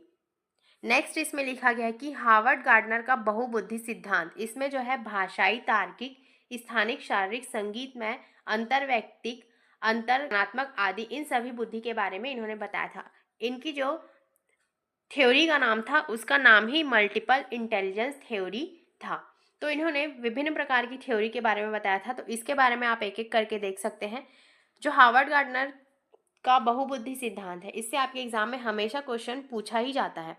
तो इसमें लिखा गया है कि गार्डनर के बहुबुद्धि सिद्धांत के अनुसार बुद्धिमत्ता के विभिन्न प्रकार हैं। सबसे पहला है मौखिक भाषाई बुद्धि, वर्बल लिंग्विस्टिक इंटेलिजेंस। ऐसे आपको दे दिया जाएगा कि भाषाई बुद्धि के अंतर्गत कौन सी चीजें आती हैं, तो इसमें आपको पता होना चाहिए कि भाषाई बुद्धि के अंतर्गत आपका आता है शब्दों का प्रभावी ढंग से उपयोग करने की क्षमता, जैसे कि लेखक, कवि या वकील में पाई जाती है। जो आपके जिनमें मौखिक भाषाई बुद्धि पाई जाती है वो खासकर लेखक, कवि और वकील बनते हैं। तो जो भी इनमें से कोई होगा तो वो आपके मौखिक भाषाई बुद्धि वाला, इंटेलिजेंस वाला व्यक्ति होगा। नेक्स्ट है आपका तार्किक गणितीय बुद्धि, लॉजिकल मैथमेटिकल इंटेलिजेंस। समस्याओं से तर्कगत रूप से हल करने और गणितीय अवधारणाओं को समझने की क्षमता, जैसे कि वैज्ञानिक या गणितज्ञ में पाई जाती है। इसमें नाम से ही स्पष्ट हो जा रहा है कि मैथमेटिकल इंटेलिजेंस इसमें पाया जाता है, तो वो आपका पाया जाता है एक गणितज्ञ में और एक वैज्ञानिक में। जिसमें आप तार्किक रूप से किसी समस्या को हल करते हैं वो आपके लॉजिकल मैथमेटिकल इंटेलिजेंस के अंतर्गत आएगा। नेक्स्ट है आपका दृश्य स्थानिक बुद्धि, विजुअल स्पेशल इंटेलिजेंस, मतलब कि स्थानिक जानकारी को देखने, कल्पना करने और उपयोग करने की क्षमता, जैसे चित्रकार या वास्तुकार। जैसे कि आपका एक आर्किटेक्चर होता है या फिर चित्रकार जो होता है, उसमें इन प्रकार की बुद्धि पाई जाती है। जो दृश्य स्थानिक बुद्धि है वो इसमें पाई जाती है, तो ये आपके दृश्य स्थानिक बुद्धि के अंतर्गत आएगा। नेक्स्ट है आपका शारीरिक गति की बुद्धि, बॉडली काइनेस्थेटिक इंटेलिजेंस, अपने शरीर को कुशलता से उपयोग करने और समन्वय करने की क्षमता, जैसे कि नर्तक, एथलीट। जो नर्तक और एथलीट होते हैं, मतलब कि डांसर और एथलीट, उनमें बॉडली काइनेस्थेटिक इंटेलिजेंस नामक बुद्धि पाई जाती है। नेक्स्ट है आपका संगीत लयबद्ध बुद्धि, इससे नाम से ही स्पष्ट है, म्यूजिकल रिदमिक इंटेलिजेंस। इसमें आपका संगीत के तत्वों को पहचानने और बनाने की क्षमता, जैसे कि संगीतकार या गायक में पाई जाती है। किसी भी सिंगर में इस प्रकार की बुद्धि पाई जाती है। नेक्स्ट है आपका अंतर्वैयक्तिक बुद्धि, इंटरपर्सनल इंटेलिजेंस। तो अंतर्वैयक्तिक का मतलब है इंटरपर्सनल इंटेलिजेंस, जैसे कि इसमें दूसरों को समझने और उनके साथ संवाद करने की क्षमता, जैसे कि एक शिक्षक और परामर्शदाता में पाई जाती है। तो ये आपका होता है इंटरपर्सनल इंटेलिजेंस। आप अंतःवैयक्तिक बुद्धि की बात करेंगे, इंट्रापर्सनल इंटेलिजेंस की बात करेंगे, तो इसमें व्यक्ति अपने स्वयं के भावनाओं और विचारों को समझने और उनका विश्लेषण करने की क्षमता रखता है, जैसे कि दार्शनिक या मनोवैज्ञानिक। ये सभी चीजें आपके इंट्रापर्सनल इंटेलिजेंस के अंतर्गत पाई जाती है। इंटरपर्सनल में आप दूसरों से वार्तालाप करेंगे, लेकिन इंट्रापर्सनल में आप स्वयं से वार्तालाप करेंगे, तो ये आपके अंतःवैयक्तिक बुद्धि के अंतर्गत आएगा। नेक्स्ट है आपका प्राकृतिक बुद्धि, नेचुरलिस्टिक इंटेलिजेंस, प्रकृति और पर्यावरण को समझने और उसमें अंतर करने की क्षमता, जैसे कि प्रकृतिवादी या किसान में पाई जाती है। नेक्स्ट है आपका अस्तित्ववादी बुद्धि, एग्जिस्टेंशियल इंटेलिजेंस, जीवन, मृत्यु और अस्तित्व के गहरे सवालों के बारे में सोचने की क्षमता, ये आपके अस्तित्ववादी बुद्धि के अंतर्गत आता है। तो जो हार्वर्ड गार्डनर थे उन्होंने 9 प्रकार की बुद्धि के बारे में बताया था। नेक्स्ट आप इसमें देख सकते हैं सांस्कृतिक पूर्वाग्रह, कल्चरल बायस होता है। पारंपरिक परीक्षण पश्चिमी संस्कृति पर आधारित अन्य समाजों के लिए पूरी तरह उपयुक्त नहीं होता। जो आपका सांस्कृतिक पूर्वाग्रह होता है वो अन्य समाजों के लिए पूरी तरह से उपयुक्त नहीं होता, यही इसमें कहा गया है। नेक्स्ट है आपका अनुवांशिक बनाम पर्यावरण बहस, नेचर वर्सेस नर्चर डिबेट, केवल जन्मजात मानना गलत है, उचित शिक्षा और माहौल से विकास संभव। एक कह रहा है कि सिर्फ जो शिक्षा और आपका विकास है वो आपके पर्यावरण से संभव है, ना कि केवल जन्मजात से। इसलिए इसमें कहा गया है कि हेरिडिटी एंड इन्वायरमेंट दोनों का ही अहम रोल है, इसमें दोनों के गुणनफल से ही व्यक्ति का विकास होता है। नेक्स्ट है आपका मानकीकृत परीक्षणों की सीमाएं, रचनात्मकता, भावनात्मक बुद्धिमत्ता और नैतिक क्षमताओं की अनदेखी, ये आपके मानकीकृत परीक्षणों की सीमाएं हैं। नेक्स्ट है आपका सामाजिक एवं नैतिक पहलू, बुद्धिमत्ता का उपयोग समाज व मानवता के हित में होना चाहिए, तो ये आपके सामाजिक और नैतिक पहलू के अंतर्गत लिखा गया है। अब लास्ट में आप इसके कॉन्क्लूजन के बारे में देख सकते हैं। बुद्धिमत्ता एक जटिल, बहुआयामी एवं गतिशील अवधारणा है जिसे शिक्षा और अभ्यास और अनुकूल वातावरण से विकसित किया जा सकता है, तो ये आपके निष्कर्ष के अंतर्गत आएगा। अब हम बुद्धि से संबंधित कुछ इंपॉर्टेंट एमसीक्यूज को इसी क्लास में कवर करेंगे। तो सबसे पहला क्वेश्चन आप इसमें देख सकते हैं, साथ ही साथ आप भी इन क्वेश्चंस को बनाने की कोशिश करेंगे, जिससे आपको पता चलेगा कि आपके इस टॉपिक से कितने क्वेश्चन सॉल्व हो रहे हैं। तो सबसे पहला क्वेश्चन आप इसमें देख सकते हैं, बुद्धिमत्ता का अर्थ है। इंटेलिजेंस मीन्स क्या है, ये आपको बताना है। स्मरण शक्ति, मेमोरी, समस्या को हल करने की क्षमता, प्रॉब्लम सॉल्विंग एबिलिटी, शारीरिक शक्ति, फिजिकल स्ट्रेंथ, या फिर भावनात्मक स्थिरता, इमोशनल स्टेबिलिटी। तो बुद्धिमत्ता का अर्थ क्या होता है? जो बुद्धिमत्ता होती है वो मुख्यतः समस्या समाधान, तर्क और अनुकूलन से जुड़ी हुई होती है। तो हमने इसके बारे में स्टार्टिंग में ही देखा था कि बुद्धिमत्ता जो होती है, मतलब कि इंटेलिजेंस, वो आपके समस्याओं को हल करने की क्षमता, तर्क करने की क्षमता, अनुकूलन से जुड़ी होती है। तो यही आपका आंसर हो जाएगा, मतलब कि इसमें आपका आंसर हो जाएगा ऑप्शन नंबर बी। नेक्स्ट है आपका क्वेश्चन नंबर 2, निर्णय करने, अनुकूलन करने और आत्म आलोचना करने की क्षमता, बुद्धिमत्ता की परिभाषा किसने दी है? थॉर्नडाइक, बीने एवं साइमन, गार्डनर या फिर वेस्लर। तो हमने इसके परिभाषाओं के बारे में भी पढ़ा था। तो इस परिभाषा को जो है बीने एवं साइमन के द्वारा दिया गया है।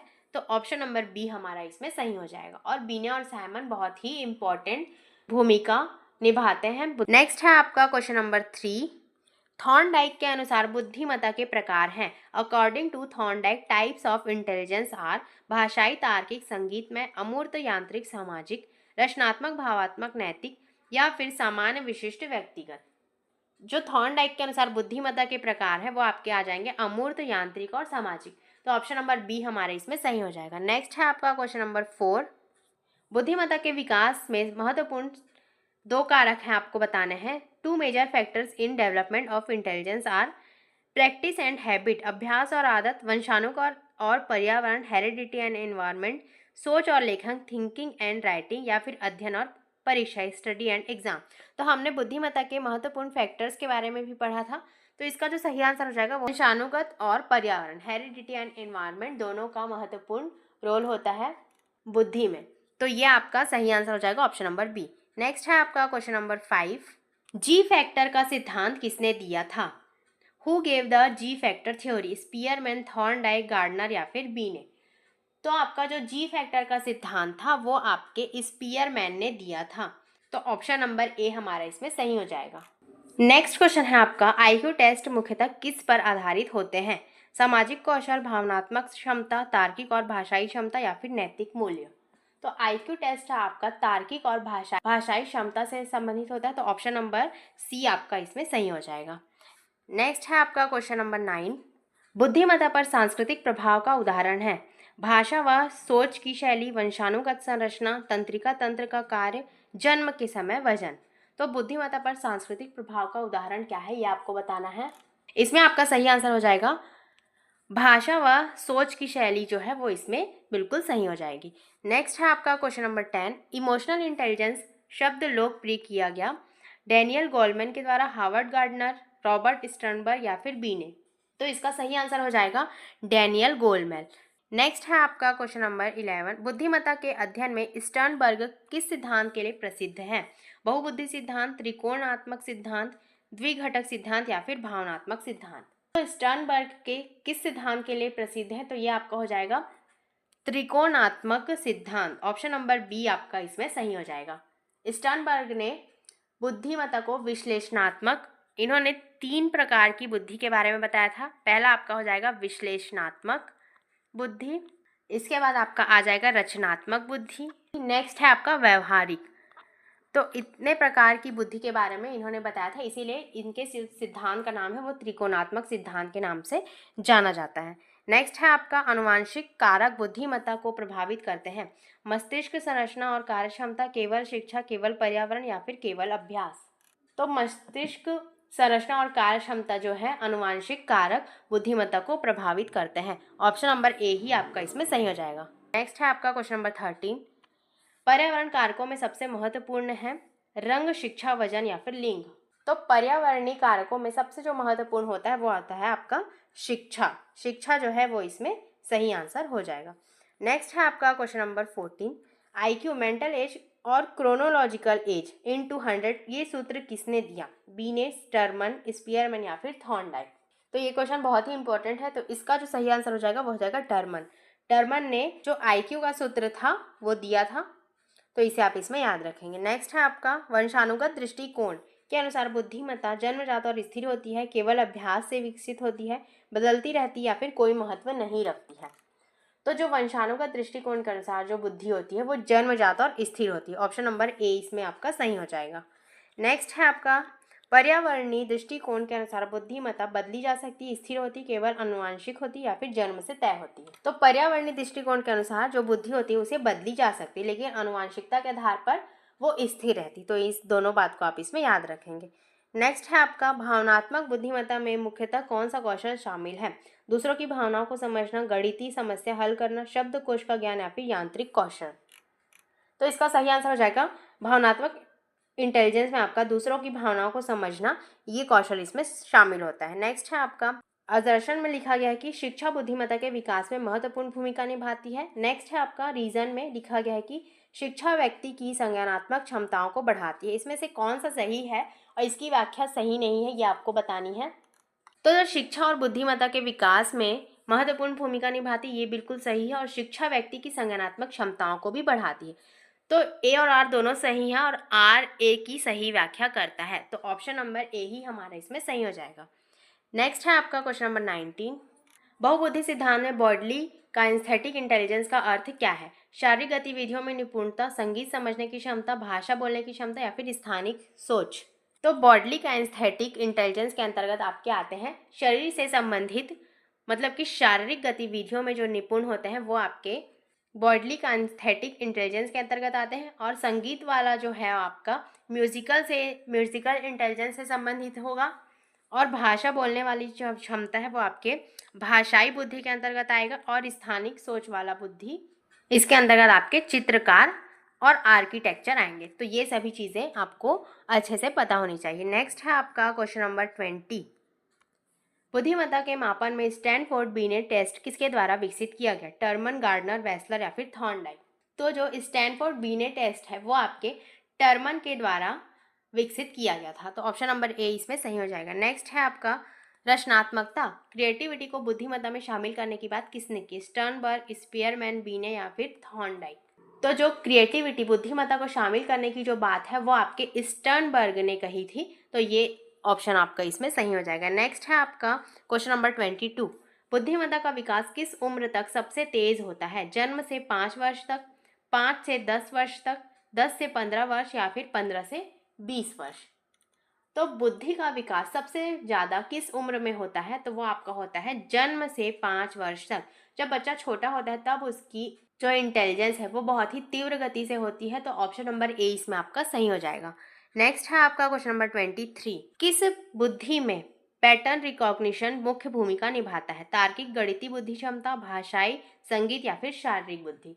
तो इसमें जो पैटर्न रिकॉग्निशन है वो आपके तार्किक गणितीय बुद्धिमत्ता के अंतर्गत आएगी। तो ऑप्शन नंबर ए आपका इसमें सही हो जाएगा। ये सभी क्वेश्चंस बहुत ही इंपॉर्टेंट है, तो ज़्यादा से ज़्यादा आप इसे शेयर कीजिए ताकि सभी को ये क्लास मिल सके। नेक्स्ट है आपका बुद्धिमत्ता परीक्षण में रिलायबिलिटी का मतलब क्या होता है? परीक्षण की स्थिरता और भरोसेमंद परिणाम, परीक्षण का समय, प्रश्नों की संख्या या फिर भाषा की कठिनाई। तो रिलायबिलिटी का मतलब जो होता है वो आपका होता है परीक्षण की स्थिरता और भरोसेमंद परिणाम। ऑप्शन नंबर ए आपका इसमें सही हो जाएगा। अब वैलिडिटी का क्या अर्थ है ये आपको बताना है। परीक्षण वास्तव में जो मापा जा रहा है और मापना चाहता है। परीक्षण लंबा होना, परीक्षण आसान होना, परिणाम में गलती होना। तो वैलिडिटी का जो मतलब होता है उसका आंसर हो जाएगा परीक्षण वास्तव में वही माप रहा है जो मापना चाहता है। ये आपके वैलिडिटी का अर्थ होता है। नेक्स्ट है आपका क्वेश्चन नंबर 26। प्रैक्टिकल इंटेलिजेंस का मतलब क्या है? वास्तविक जीवन की समस्याओं को हल करने की क्षमता, किताबों का ज्ञान, स्मरण शक्ति या फिर रचनात्मक सोच। तो प्रैक्टिकल इंटेलिजेंस जो है वो आपके वास्तविक जीवन की समस्याओं को हल करने की क्षमता होती है। ऑप्शन नंबर ए आपका सही हो जाएगा। नेक्स्ट है भावनात्मक बुद्धि का एक घटक है आत्मनियंत्रण, गणना, शब्द ज्ञान या फिर गति। तो भावनात्मक बुद्धि का एक घटक जो है वह है आपका self control. Option number A आत्मनियंत्रण इसमें सही हो जाएगा। नेक्स्ट है आपका आईक्यू टेस्ट की मुख्य सीमा क्या है? यह केवल संकीर्ण मानसिक क्षमताओं को मापते हैं, यह सटीक होते हैं, यह हर संस्कृति में समान होते हैं या फिर यह बहुत तेज होते हैं। तो आईक्यू टेस्ट की मुख्य सीमा होती है यह केवल संकीर्ण मानसिक क्षमताओं को मापते हैं। ऑप्शन नंबर ए आपका इसमें सही हो जाएगा। अब आज का हमारा लास्ट क्वेश्चन आप इसमें देख सकते हैं। बुद्धिमत्ता के सृजन में सामाजिक कारकों में क्या शामिल है? पारिवारिक माहौल और शिक्षा, जन्म का समय, आनुवंशिक संरचना या फिर तंत्रिका तंत्र। तो बुद्धिमत्ता के सृजन में सामाजिक कारकों में जो शामिल होता है वो आपका होता है पारिवारिक माहौल और शिक्षा। ये आपके सामाजिक कारकों में शामिल होते हैं।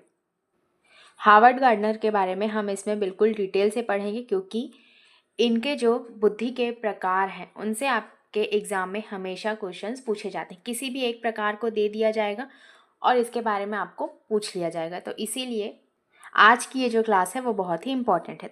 तो सबसे पहले आप इसमें देख सकते हैं जो हार्वर्ड गार्डनर थे उनका पूरा नाम था हार्वर्ड अर्ल गार्डनर। इनका जन्म 11 जुलाई 1943 को स्क्रैंटन पेंसिल्वेनिया में हुआ था और इनका जन्म राल्फ गार्डनर और हिल्डे गार्डनर जर्मन यहूदियों अप्रवासियों के घर में हुआ था। तो इनका जन्म आप इसमें याद रखेंगे 11 जुलाई 1943 को। नेक्स्ट आप इसमें देख सकते हैं गार्डनर ने सैकड़ों शोध लेख और 30 से अधिक पुस्तकें लिखी हैं जिनका 30 से अधिक भाषाओं में अनुवाद किया गया है। उन्हें उनके मल्टीपल इंटेलिजेंस के सिद्धांत के लिए जाना जाता है। इनका जो प्रमुख जो सिद्धांत है वो इनका सिद्धांत था मल्टीपल इंटेलिजेंस सिद्धांत। इनसे ही और आपके एग्जाम में क्वेश्चंस पूछे जाते हैं। अब नेक्स्ट आप इसमें देख सकते हैं हार्वर्ड गार्डनर का बहुबुद्धि सिद्धांत। इनके सिद्धांत के बारे में हम इसमें देखेंगे। गार्डनर का यह सिद्धांत बहुबुद्धि सिद्धांत मल्टीपल इंटेलिजेंस थ्योरी के नाम से जाना जाता है।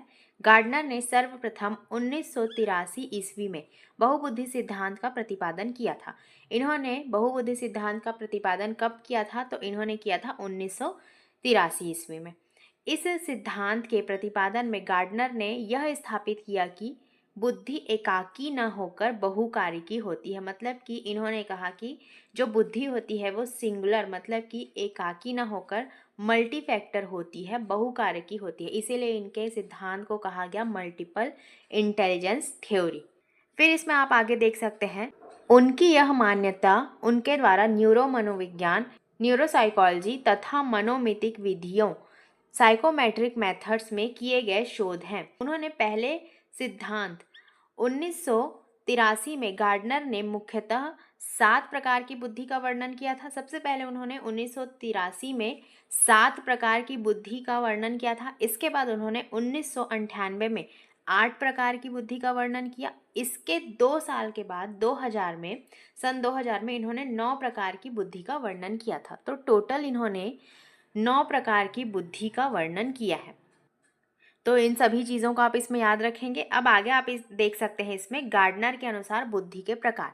अब इन्होंने जो 9 प्रकार की बुद्धि बताई थी उसके बारे में हम एक एक करके पढ़ेंगे और इन्हीं प्रकारों से ही आपके एग्जाम में क्वेश्चंस पूछे जाते हैं। तो सबसे पहली बुद्धि आप इसमें देख सकते हैं शाब्दिक भाषाई बुद्धि, जिसे आप वर्बल लिंग्विस्टिक इंटेलिजेंस के नाम से जानते हैं। इसके माध्यम से शब्दों और भाषा का ज्ञान होता है। इसमें आप नाम से ही समझ सकते हैं, इसमें लिखा गया है कि इसके माध्यम से शब्दों और भाषा का ज्ञान होता है। अभिव्यक्ति और संप्रेषण की वाहिका के रूप में भाषा का प्रभावी उपयोग करने की क्षमता व्यक्ति की भाषाई बुद्धि है। जिसमें भाषा और शब्दों का अत्यधिक ज्ञान होता है उसके अंतर्गत ये वाली बुद्धि पाई जाती है। और जिनमें इस प्रकार की बुद्धि पाई जाती है वो अधिकतर कवि और लेखक बनते हैं। तो कवि और लेखक में आपकी शाब्दिक भाषाई बुद्धि पाई जाती है। एग्जाम में आपसे यही क्वेश्चन पूछ दिया जाएगा कि कवि और लेखक में किस प्रकार की बुद्धि पाई जाती है या फिर शाब्दिक भाषाई बुद्धि किसके अंतर्गत पाई जाती। तो आपको इनके बारे में पता होना चाहिए कि कवि और लेखक के अंतर्गत शाब्दिक भाषाई बुद्धि पाई जाती है। ऐसे ही नेक्स्ट बुद्धि के बारे में आप देखेंगे। नेक्स्ट बुद्धि है इनकी तार्किक गणितीय बुद्धि, जिसे आप लॉजिकल मैथमेटिकल इंटेलिजेंस के नाम से जानते हैं। इसमें लिखा गया है कि इसमें तार्किक योग्यता मैथ कैलकुलेशन अधिक होती है। नाम से ही स्पष्ट है मैथमेटिकल मतलब कि इसमें जो मैथ्स कैलकुलेशन होती है वो अत्यधिक होती है। जिन व्यक्तियों में इसका विकास अधिक हो वो अकाउंटेंट, बैंकर, साइंटिस्ट आदि बनते हैं। नेक्स्ट आप इसमें देख सकते हैं स्थानिक बुद्धि, जो आपकी स्पेशियल इंटेलिजेंस होती है। इसमें आपके अमूर्त तत्वों के आधार पर मानसिक छवि बनाना। जिन व्यक्तियों में इनका विकास अधिक होता है वह मूर्तिकार, चित्रकार आदि बनते हैं। जैसे किसी भी चीज़ों को देखकर वो एक अमूर्त तथ्य की छवि बना लेते हैं तो वो आपके मूर्तिकार या फिर चित्रकार बनते हैं, जिनमें स्थानिक बुद्धि पाई जाती है। नेक्स्ट आप इसमें देख सकते हैं शारीरिक गतिक बुद्धि, बॉडली का एस्थेटिक इंटेलिजेंस। इसमें शरीर को गति देने वाली बुद्धि जिन व्यक्तियों में इसका विकास अधिक होता है वह अभिनेता, अभिनेत्री, एथलीट या फिर डांसर आदि बनते हैं। जिनमें शारीरिक गतिक बुद्धि होती है वो एक्टर, एथलीट या फिर डांसर बनते हैं।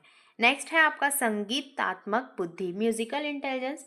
इस बुद्धि के अंतर्गत संगीत की बुद्धि अधिक होती है। जिन व्यक्तियों में इनका विकास होता है वह सिंगर और इंटरटेनर आदि बनते हैं। नेक्स्ट है आपका अंतर्वैयक्तिक बुद्धि और अंतःवैयक्तिक बुद्धि।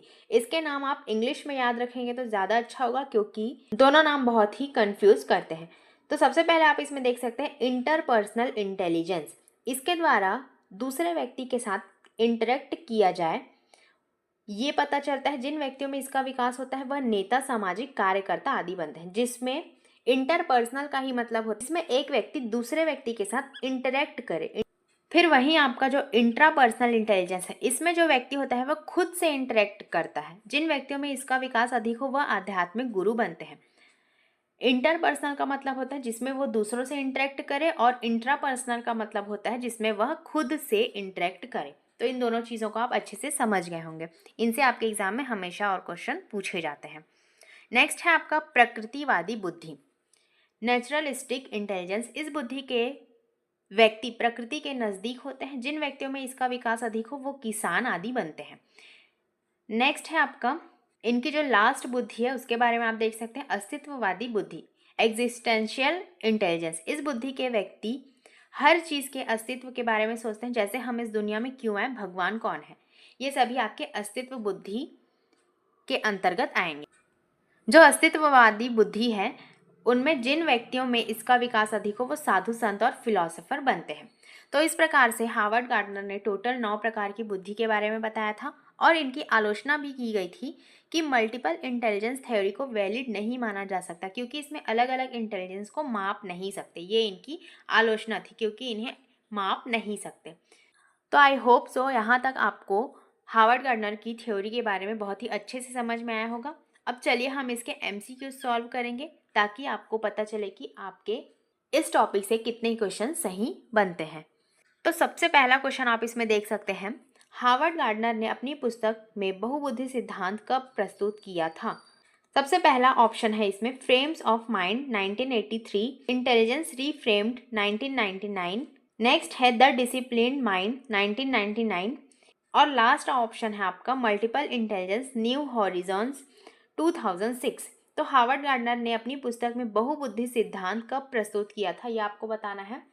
तो इसका सही आंसर हो जाएगा option number A, frames of mind 1983 में इन्होंने बहुबुद्धि सिद्धांत प्रस्तुत किया था। तो इनकी थ्योरी में हमने पढ़ा था कि 1983 में इन्होंने बहुबुद्धि सिद्धांत का प्रतिपादन किया था। तो इसीलिए ऑप्शन नंबर ए इसमें सही हो जाएगा। नेक्स्ट क्वेश्चन आप इसमें देख सकते हैं, क्वेश्चन नंबर 2, गार्डनर के अनुसार बुद्धि को कैसे परिभाषित किया गया है।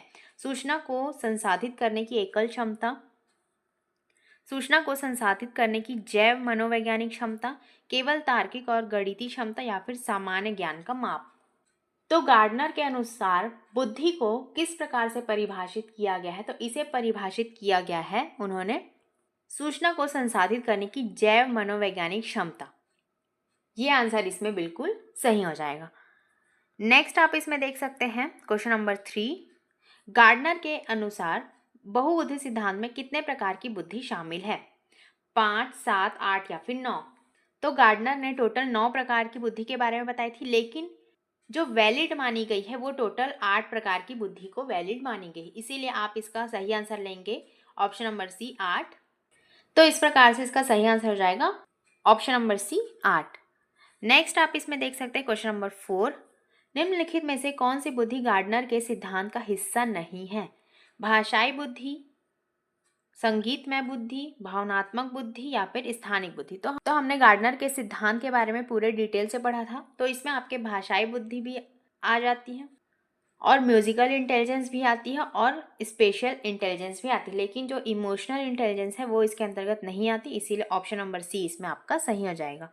नेक्स्ट आप इसमें देख सकते हैं क्वेश्चन नंबर 5, भाषाई बुद्धि से संबंधित व्यक्ति में कौन सी क्षमता सबसे अधिक होती है, शब्द और भाषा का प्रभावी उपयोग, तार्किक समस्याओं को हल करना, संगीत रचना करना, या फिर शारीरिक गतिविधि करना। जो भाषाई बुद्धि से संबंधित व्यक्ति में कौन सी क्षमता सबसे अधिक होती है, तो उसमें अधिक होती है शब्दों और भाषा का प्रभावी उपयोग करना और तार्किक समस्याओं को हल करना। यह आपके मैथ से संबंधित बुद्धि हो जाएगी। संगीत रचना करना ये आपके म्यूजिकल इंटेलिजेंस के अंतर्गत आएंगी। और जो शारीरिक गतिविधियां हैं वो आपके बॉडली काइनेस्थेटिक बुद्धि के अंतर्गत आएंगी। तो इस प्रकार से आपको सभी ऑप्शंस के बारे में पता होना चाहिए। नेक्स्ट क्वेश्चन आप इसमें देख सकते हैं, क्वेश्चन नंबर 6। तार्किक गणितीय बुद्धि में निपुण व्यक्ति के लिए कौन सा पेशा उपयुक्त है? कवि, गणितज्ञ, नर्तक या फिर चित्रकार? तो नाम से ही स्पष्ट है, जो तार्किक गणितीय बुद्धि है वो आपके गणितज्ञ मैथमेटिशियन के अंतर्गत आएंगी। नेक्स्ट है आपका क्वेश्चन नंबर 7। स्थानिक बुद्धि का संबंध किससे है? संगीत की समझ, दृश्य और स्थानिक सोच, दूसरों की भावनाओं को समझना या फिर आत्मचिंतन? तो स्थानिक बुद्धि का संबंध आपका होता है दृश्य और स्थानिक सोच। और संगीत की समझ आपके म्यूजिकल इंटेलिजेंस के अंतर्गत आएंगी।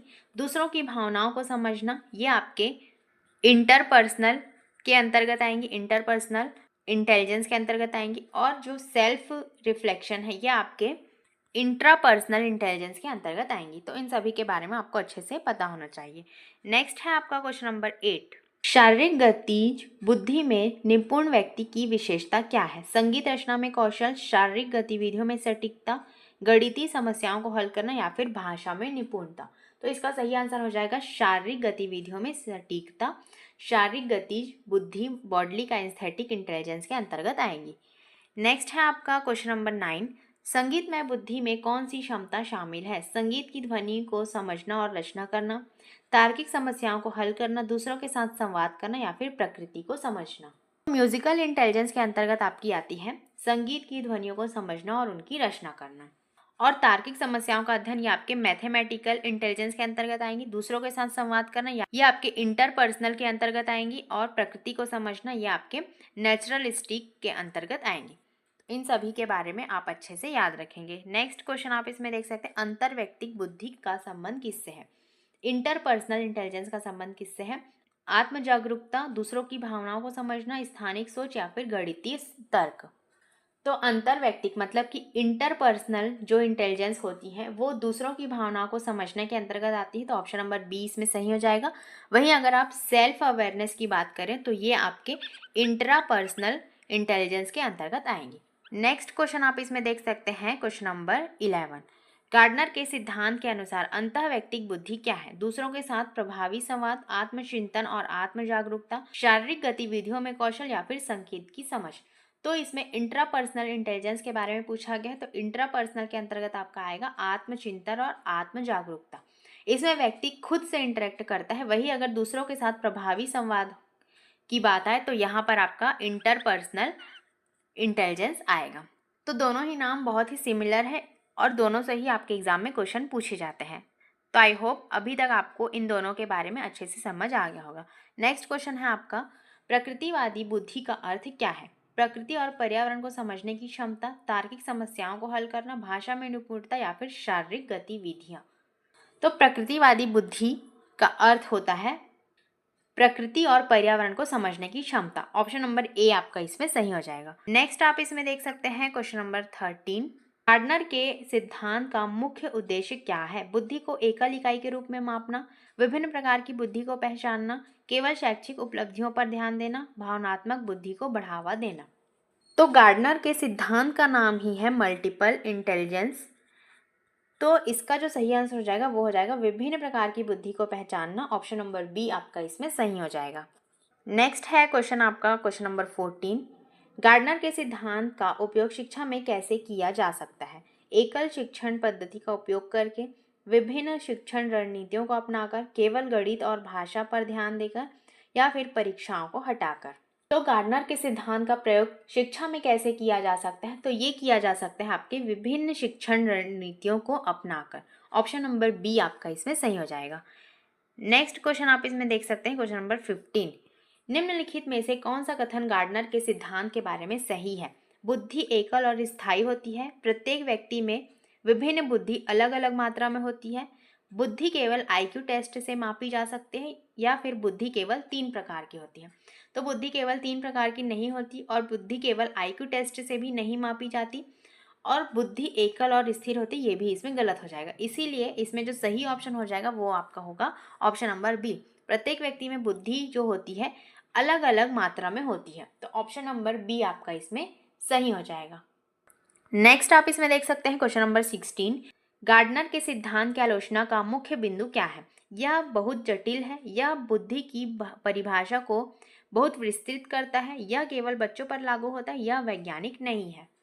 तो इसका जो सही आंसर हो जाएगा वो आपका हो जाएगा यह बुद्धि की परिभाषा को बहुत विस्तृत करता है। ऑप्शन नंबर बी आपका इसमें सही हो जाएगा।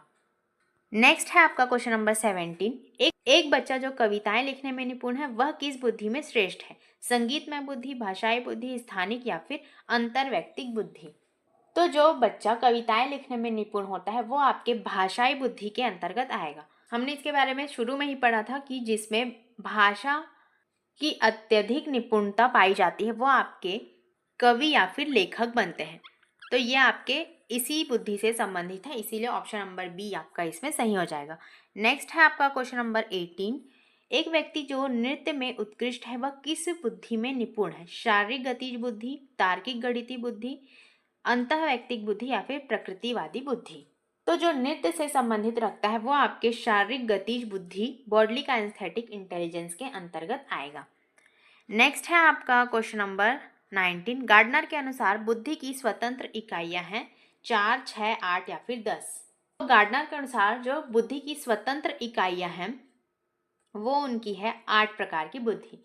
इन्होंने टोटल 9 प्रकार की बुद्धि के बारे में बताया था, लेकिन जो स्वतंत्र इकाइयां हैं वो आपकी 8 प्रकार की बुद्धि को इनके जो सिद्धांत में सही माना गया है, इसीलिए आप ऑप्शन नंबर 8 को ही सही मानेंगे। नेक्स्ट है आपका क्वेश्चन नंबर 20, एक व्यक्ति जो दूसरों की भावनाओं को समझने में निपुण है वह किस बुद्धि में श्रेष्ठ है? अंतर्वैयक्तिक बुद्धि, इंटरपर्सनल इंटेलिजेंस, अंतःवैयक्तिक बुद्धि, इंट्रापर्सनल इंटेलिजेंस या फिर लिंग्विस्टिक इंटेलिजेंस या फिर म्यूजिकल इंटेलिजेंस? तो जो दूसरों की भावनाओं को समझने में निपुण होता है वो आपके इंटरपर्सनल इंटेलिजेंस के अंतर्गत आते हैं। वहीं अगर जो व्यक्ति खुद के भावनाओं को समझने में निपुण है तो वो आपके इंट्रापर्सनल इंटेलिजेंस के अंतर्गत आते हैं, इसलिए इसका सही आंसर हो जाएगा ऑप्शन नंबर ए। नेक्स्ट है आपका क्वेश्चन नंबर 21, गार्डनर ने अपनी पुस्तक फ्रेम्स ऑफ माइंड में कितनी बुद्धि की पहचान की थी? 5, 6, 7 या फिर 8? तो गार्डनर ने अपनी पुस्तक फ्रेम्स ऑफ माइंड में टोटल 7 प्रकार की बुद्धि की पहचान की थी, तो ऑप्शन नंबर सी 7 इसमें आपका सही हो जाएगा। नेक्स्ट है क्वेश्चन आपका क्वेश्चन नंबर 22, गार्डनर के सिद्धांत के अनुसार बुद्धि का मापन कैसे किया जाना चाहिए? केवल आईक्यू टेस्ट से, विभिन्न बुद्धि के आधार पर, शैक्षिक ग्रेड के आधार पर या फिर शारीरिक शक्ति के आधार पर? तो गार्डनर के सिद्धांत के अनुसार बुद्धि का मापन कैसे किया जाना चाहिए? विभिन्न बुद्धि के आधार पर किया जाना चाहिए, तो ऑप्शन नंबर बी आपका इसमें सही हो जाएगा। नेक्स्ट क्वेश्चन है आपका क्वेश्चन नंबर 23, एक व्यक्ति जो पर्यावरण के प्रति संवेदनशील है वह किस बुद्धि में निपुण है? प्रकृतिवादी बुद्धि, स्थानिक बुद्धि, अंतर्वैयक्तिक बुद्धि या फिर तार्किक गणितीय बुद्धि? तो पर्यावरण के प्रति जो व्यक्ति संवेदनशील है उसमें किस प्रकार की बुद्धि पाई जाएगी? उसमें पाई जाएगी प्रकृतिवादी बुद्धि, ऑप्शन नंबर ए आपका इसमें सही हो जाएगा। नेक्स्ट है आपका क्वेश्चन नंबर 24, गार्डनर के सिद्धांत का शैक्षिक निहितार्थ क्या है? सभी छात्रों के लिए एक ही शिक्षण पद्धति, व्यक्तिगत बुद्धि के आधार पर शिक्षण, केवल गणित और विज्ञान पर ध्यान या फिर परीक्षाओं पर जोर? तो गार्डनर के सिद्धांत का शैक्षिक निहितार्थ अर्थ हो जाएगा व्यक्तिगत बुद्धि के आधार पर शिक्षण, ऑप्शन नंबर बी इसमें आपका सही हो जाएगा।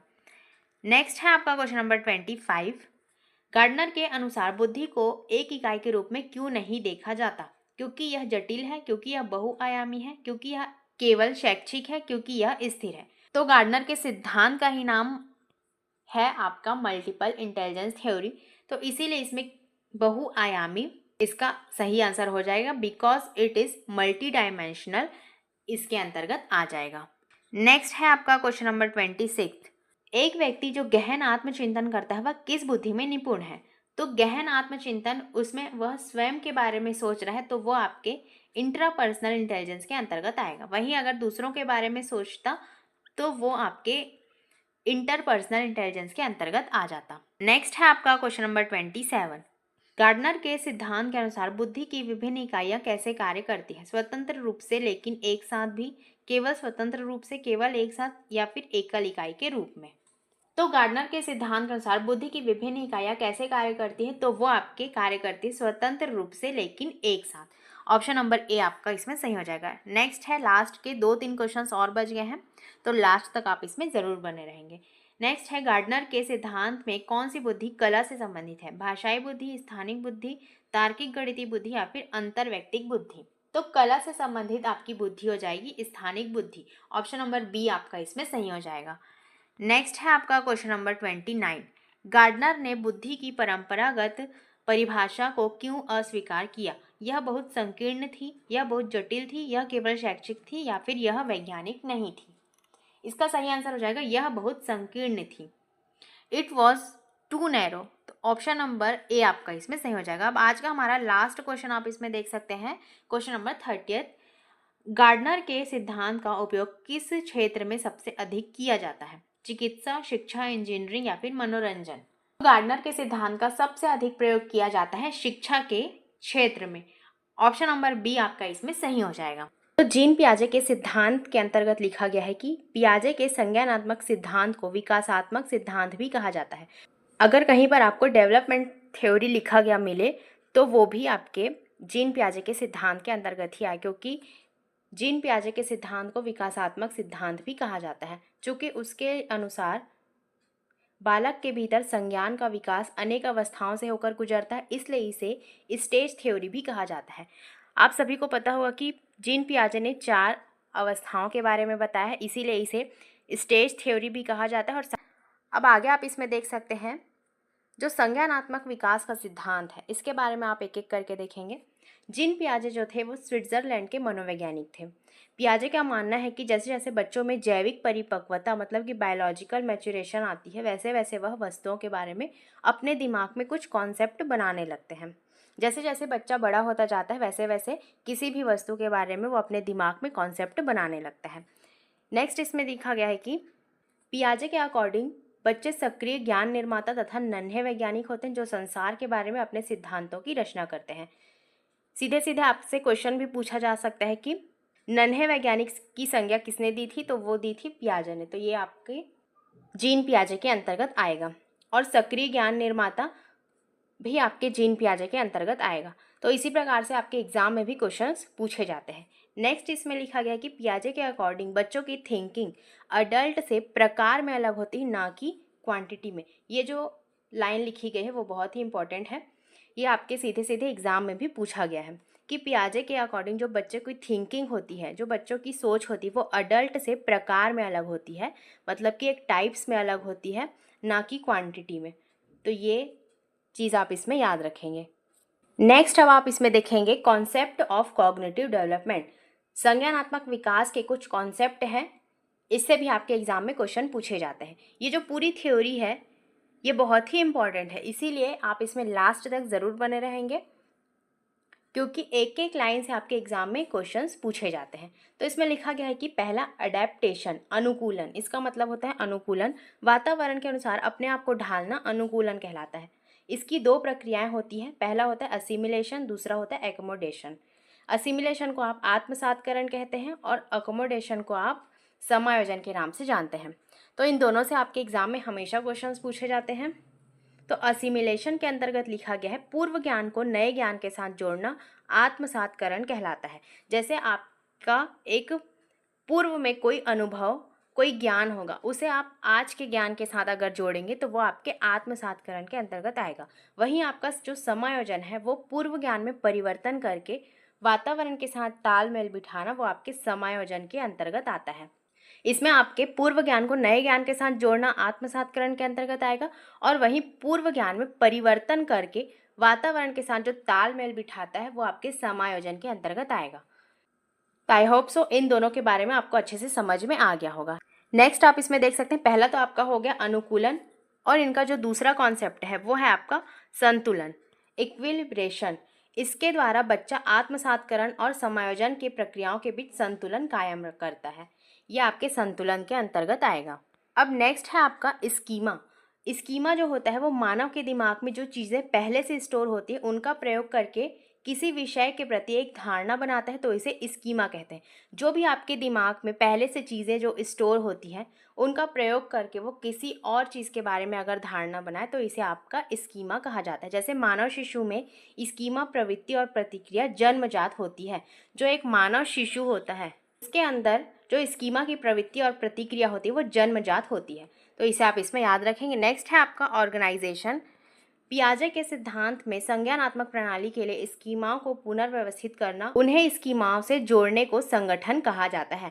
पियाजे के सिद्धांत में जो संज्ञानात्मक प्रणाली होती है उन्हें पुनर्व्यवस्थित करके उन्हें स्कीमाओं से जोड़ना ही संगठन कहलाता है। तो संगठन के अंतर्गत आप ये सभी बातें याद रखेंगे। नेक्स्ट आप इसमें देख सकते हैं सबसे महत्वपूर्ण, पियाजे ने संज्ञानात्मक विकास की 4 अवस्थाएं बताई हैं। सबसे पहली अवस्था होती है आपकी संवेदी पेशी अवस्था, सेंसरी मोटर स्टेज, जिसकी अवस्था होती है 0 से लेकर 2 साल। नेक्स्ट आपका होता है पूर्व संक्रियात्मक अवस्था, प्री ऑपरेशनल स्टेज, जिसकी अवस्था होती है 2 से लेकर 7 वर्ष। तीसरा आपका होता है मूर्त संक्रियात्मक अवस्था, कॉन्क्रीट ऑपरेशनल स्टेज, जिसकी अवस्था होती है 7 से लेकर 11 वर्ष। और लास्ट जो आपकी अवस्था होती है औपचारिक संक्रियात्मक अवस्था, जिसे आपका फॉर्मल ऑपरेशनल स्टेज कहा जाता है, जिसकी अवस्था होती है 11 से लेकर 15 साल। डायरेक्ट आपके एग्जाम में पूछ लिया जाता है कि किस स्टेज की अवस्था कितने वर्षों तक की ली गई है, तो इसीलिए आपको सभी अवस्थाओं के जो वर्ष हैं उन्हें भी आपको अच्छे से याद रखना होगा। और इसके नाम आप इंग्लिश में ही याद रखें तो ज़्यादा अच्छा है, क्योंकि हिंदी में इनके नाम हमेशा चेंज होते रहते हैं। तो अब एक एक करके हम सभी स्टेज के बारे में पढ़ेंगे। तो सबसे पहला स्टेज आप इसमें देख सकते हैं सेंसरी मोटर स्टेज, जिसकी अवस्था होती है 0 से लेकर 2 वर्ष तक। इस अवस्था में बच्चा अपने ज्ञानेंद्रियों के माध्यम से सीखता है। जितने भी इनके सेंसेस होते हैं उनके माध्यम से बच्चा सीखता है। इसमें वस्तु स्थायित्व का ज्ञान आ जाता है, यानी बच्चा अपने दिमाग में चीज़ों की छाप बनाना शुरू कर देता है, जिससे वह किसी भी छुपी हुई वस्तु को ढूंढ लेता है। जैसे आप 2 वर्ष के बच्चों को किसी छुपी हुई वस्तु को ढूंढने के लिए कहेंगे तो वो आसानी से ढूंढ लेगा। तो इसीलिए बच्चा होता है वो वस्तु स्थायित्व सीख जाता है। और इसी प्रकार के आपके एग्जाम में भी क्वेश्चन पूछे जाते हैं कि वस्तु स्थायित्व किस वर्ष में आता है, किस स्टेज में आता है। तो आपको पता होना चाहिए कि ये आपके संवेदी पेशी अवस्था सेंसरी मोटर स्टेज के अंतर्गत आता है। तो ये सभी बातें आप सेंसरी मोटर स्टेज के अंतर्गत याद रखेंगे। नेक्स्ट अब आप इसमें देख सकते हैं पूर्व संक्रियात्मक अवस्था, प्री ऑपरेशनल स्टेज, जिसकी अवस्था होती है 2 से लेकर 7 वर्ष। यह क्रिया करने से पहले की अवस्था है। इसमें बच्चा सामने आने वाली चीज़ों को देख पाएगा, समझ पाएगा, लेकिन कोई क्रिया नहीं कर पाएगा। किसी भी बच्चे के सामने कोई चीज़ें आएंगी, उसे वह देख पाएगा, समझ भी पाएगा, लेकिन कोई क्रिया नहीं कर पाएगा। ये सभी आपके प्री ऑपरेशनल स्टेज के अंतर्गत आती हैं। इस स्टेज में जो है बच्चा प्रतीकों का इस्तेमाल करने में निपुण हो जाता है, सिंबल्स का इस्तेमाल करने में निपुण हो जाता है। जैसे साइकिल शब्द सुनकर उसके दिमाग में साइकिल की इमेज बन जाती है। तो सिंबल का इस्तेमाल किस स्टेज में किया जाता है ये भी आपसे पूछा जाएगा। तो आपको पता होना चाहिए कि इसका इस्तेमाल आपके प्री ऑपरेशनल स्टेज में किया जाता है। नेक्स्ट इसमें दिया गया है कि इस स्टेज में लक्ष्य निर्देशित व्यवहार की क्षमता भी आ जाती है। लक्ष्य निर्देशित व्यवहार की क्षमता किस स्टेज में आती है, तो ये भी आपके प्री ऑपरेशनल स्टेज के अंतर्गत आती है। इसे भी आप इसमें याद रखेंगे। नेक्स्ट है आपका जीववाद, जब बच्चा सजीव और निर्जीव वस्तुओं में अंतर नहीं कर पाता। इस स्टेज में 2 से 7 वर्ष की उम्र में बच्चा सजीव और निर्जीव के बीच अंतर नहीं कर पाता, तो ये भी आपके प्री ऑपरेशनल स्टेज के अंतर्गत आएगा। नेक्स्ट है आपका अहम केंद्रित ईगोसेंट्रिज्म, जब बच्चा यह सोचना शुरू कर देता है कि वह जो कर रहा है, वह सोच रहा है, वह सब ठीक है। ईगो वाली जो भावना है वो इसी स्टेज के अंतर्गत आती है, तो ये आपके प्री ऑपरेशनल स्टेज के अंतर्गत आ जाएगी। नेक्स्ट आपका है अपलटावी, इरिवर्सिबिलिटी। इसमें बच्चा वस्तुओं, संख्याओं, समस्या आदि को उलटना पलटना नहीं सीखता। जैसे अगर 3 और 7 को आप उसे जोड़ने के लिए कहेंगे तो वह आसानी से बता देगा कि वह 10 होता है, लेकिन 7 और 3 को अगर आप तुरंत उससे पूछेंगे तो वह नहीं बता पाएगा। इसीलिए इसमें इरिवर्सिबिलिटी जो होती है वो प्री ऑपरेशनल स्टेज में नहीं आती है, तो इसे भी आप इसमें ध्यान देंगे। नेक्स्ट है आपका मुद्रा संप्रत्यय, दूरी, भार, ऊंचाई, क्रम निर्धारण की योग्यता आदि के कॉन्सेप्ट की कमी इसी अवस्था में होती है। नेक्स्ट है केंद्रीकरण, सेंट्रेशन, एक समय में किसी वस्तु की केवल एक विशेषता पर ध्यान दे पाने की प्रवृत्ति सेंट्रेशन कहलाती है। नेक्स्ट है इसमें कंजर्वेशन, अगर किसी वस्तु के साइज या शेप में चेंज कर दें तो उसकी क्वांटिटी पर भी कोई प्रभाव नहीं पड़ता, लेकिन बच्चा इसको नहीं समझ पाएगा। जैसे एक लंबी गिलास में पानी यहाँ तक है और वही पानी को आप अगर चौड़े गिलास में डालेंगे तो बच्चा उसे नहीं समझ पाएगा, उसे लगेगा कि इस गिलास में ही ज़्यादा पानी है। तो इस प्रकार से कंजर्वेशन की भावना भी बच्चे के अंतर्गत नहीं आती है। लास्ट है इसमें सीरिएशन, क्रमबद्धता। इसमें बच्चा जो है वस्तुओं तथ्यों को उनके आकार में रखना नहीं सीख पाता है, तो ये भी इसमें जो है प्री ऑपरेशनल स्टेज के अंतर्गत आएगा। तो ये सभी चीज़ें आपके प्री ऑपरेशनल स्टेज के अंतर्गत आती हैं। जितने भी आपको यहाँ पर पॉइंट्स बताए गए हैं उनसे आपके एग्जाम में क्वेश्चंस पूछे जाते हैं, तो एक एक पॉइंट्स को आप अच्छे से समझकर उन्हें याद रखेंगे। अब नेक्स्ट आपका स्टेज है मूर्त संक्रियात्मक अवस्था, कॉन्क्रीट ऑपरेशनल स्टेज, जिसकी अवस्था होती 7 से लेकर 11 वर्ष। इस अवस्था में बच्चा सामने रखी हुई चीज़ों को देखकर कुछ कर सकता है, उन पर चिंतन करना शुरू कर देता है। यह आपके मूर्त संक्रियात्मक अवस्था के अंतर्गत आती है। जैसे इस अवस्था में अपलटावी, जीववाद, मुद्रा, भार, संरक्षण, क्रमबद्धता की योग्यता आदि कॉन्सेप्ट का गुण आ जाता है। जो आपके प्री ऑपरेशनल स्टेज में नहीं आती थी वो सभी गुण बच्चे में मूर्त संक्रियात्मक अवस्था के अंतर्गत आ जाती है। नेक्स्ट आपका लिखा गया है आगमनात्मक तर्कना, हाइपोथेटिकल थिंकिंग। यह भी इसी अवस्था में आता है, यानी जब बच्चा उदाहरण के ऊपर आधारित होकर तर्क करने लगता है। इसमें जो बच्चा है वो तर्क करने लग जाता है, वो भी आसानी से तर्क करने लग जाता है। तो ये सभी पॉइंट्स आप इसमें याद रखेंगे। अब आपका जो लास्ट स्टेज बच जाता है वो है आपका औपचारिक संक्रियात्मक अवस्था, फॉर्मल ऑपरेशनल स्टेज, जिसकी अवस्था होती है 11 से लेकर 15 वर्ष। इसमें लिखा गया है कि यह संज्ञान की सर्वोच्च अवस्था है। इसमें बच्चा जो है अमूर्त चिंतन करने लगता है, मतलब कि किसी भी चीज़ों के बारे में वह सोचकर अपने दिमाग में ही कॉन्सेप्ट बनाने लगता है। इसमें लिखा गया है कि निगमनात्मक तर्कना, हाइपोथेटिकल थिंकिंग, इसमें बच्चा नियमों के ऊपर तर्क करने लगता है। तो ये सभी चीज़ें आपके औपचारिक संक्रियात्मक अवस्था मतलब कि फॉर्मल ऑपरेशनल स्टेज के अंतर्गत आती हैं। तो चारों स्टेज के बारे में आपको अच्छे से समझ में आ गया होगा। अब नेक्स्ट आप इसमें देख सकते हैं पियाजे के सिद्धांत की आलोचना भी हुई थी। तो इसमें आप इसमें देख सकते हैं कि पियाजे ने मानसिक के चरणों के क्रम को अपरिवर्तन से बताया है, लेकिन अगर बच्चों को अच्छा वातावरण दिया जाए तो वह अपनी अवस्था क्षमता से अधिक सीख सकता है। तो पियाजे के सिद्धांत की आलोचना इस प्रकार की गई थी कि जो उन्होंने 4 प्रकार के स्टेज के बारे में बताया था, तो ज़रूरी नहीं कि बच्चा उसी स्टेज के माध्यम से उसी प्रकार से क्रियाएं करने लगे। अगर बच्चे को अच्छा वातावरण दिया जाए तो वह अपनी अवस्था की क्षमता से अधिक भी सीख सकता है। तो यही आलोचना इनके सिद्धांत के बारे में की गई। तो यहाँ तक हमने पियाजे के सिद्धांत के बारे में बहुत ही डिटेल में पढ़ लिया। अब इसी से रिलेटेड हम इसके इम्पॉर्टेंट MCQs को यहाँ पर पढ़ेंगे। तो साथ ही साथ आप भी इन क्वेश्चंस को बनाने की कोशिश करेंगे, इससे आपको पता चलेगा कि आपके कितने क्वेश्चंस इसमें से सही हुए। तो सबसे पहला क्वेश्चन आप इसमें देख सकते हैं, जीन पियाजे कौन थे?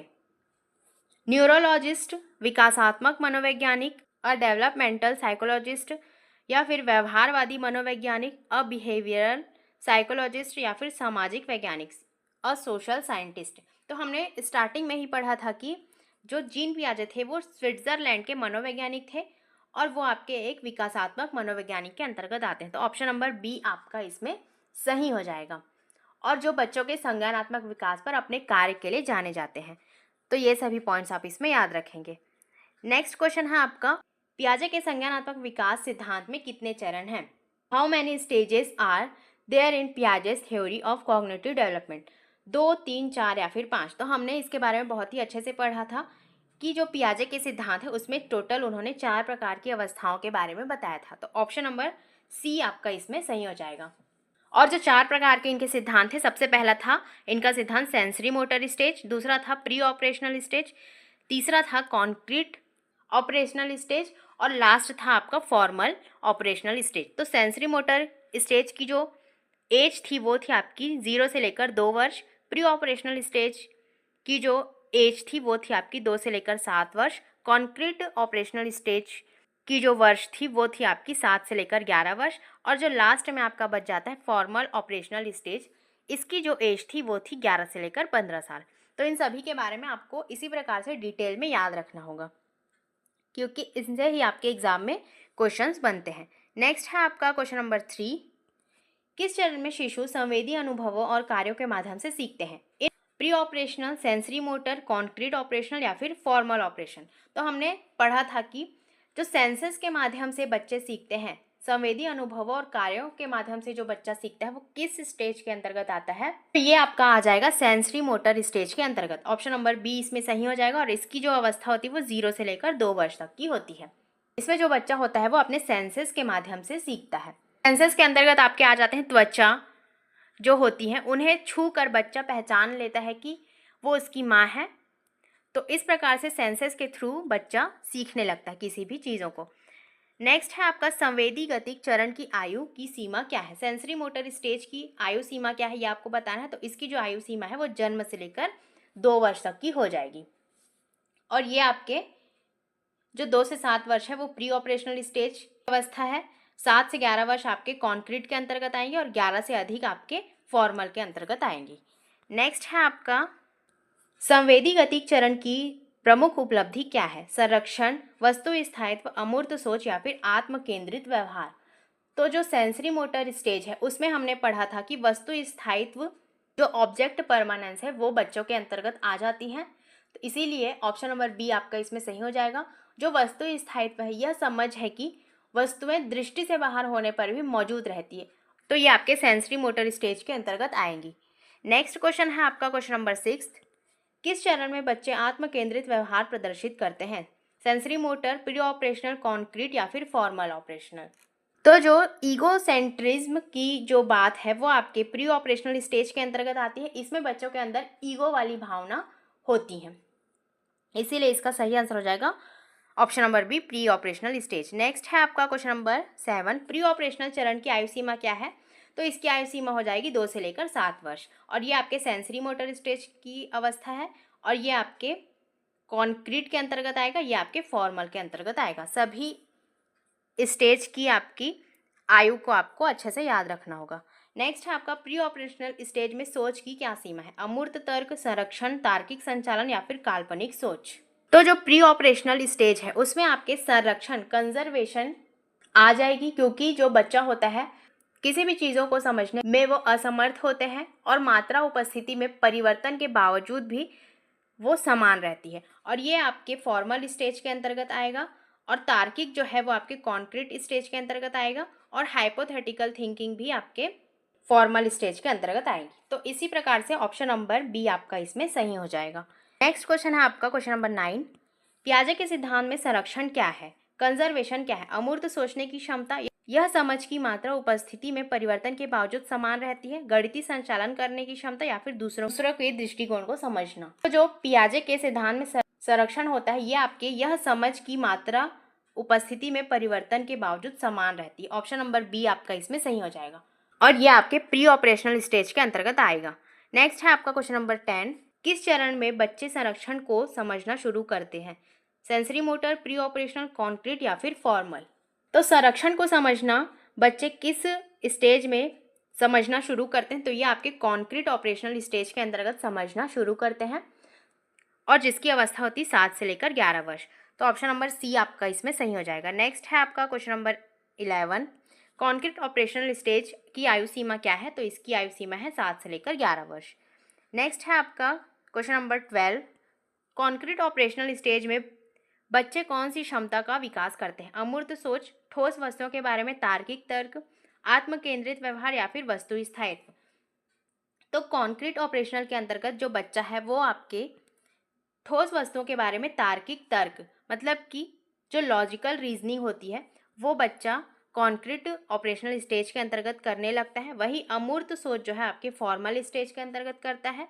आत्म केंद्रित जो है वो आपके प्री ऑपरेशनल स्टेज के अंतर्गत करता है और वही वस्तु स्थायित्व आपके सेंसरी मोटर स्टेज के अंतर्गत करता है।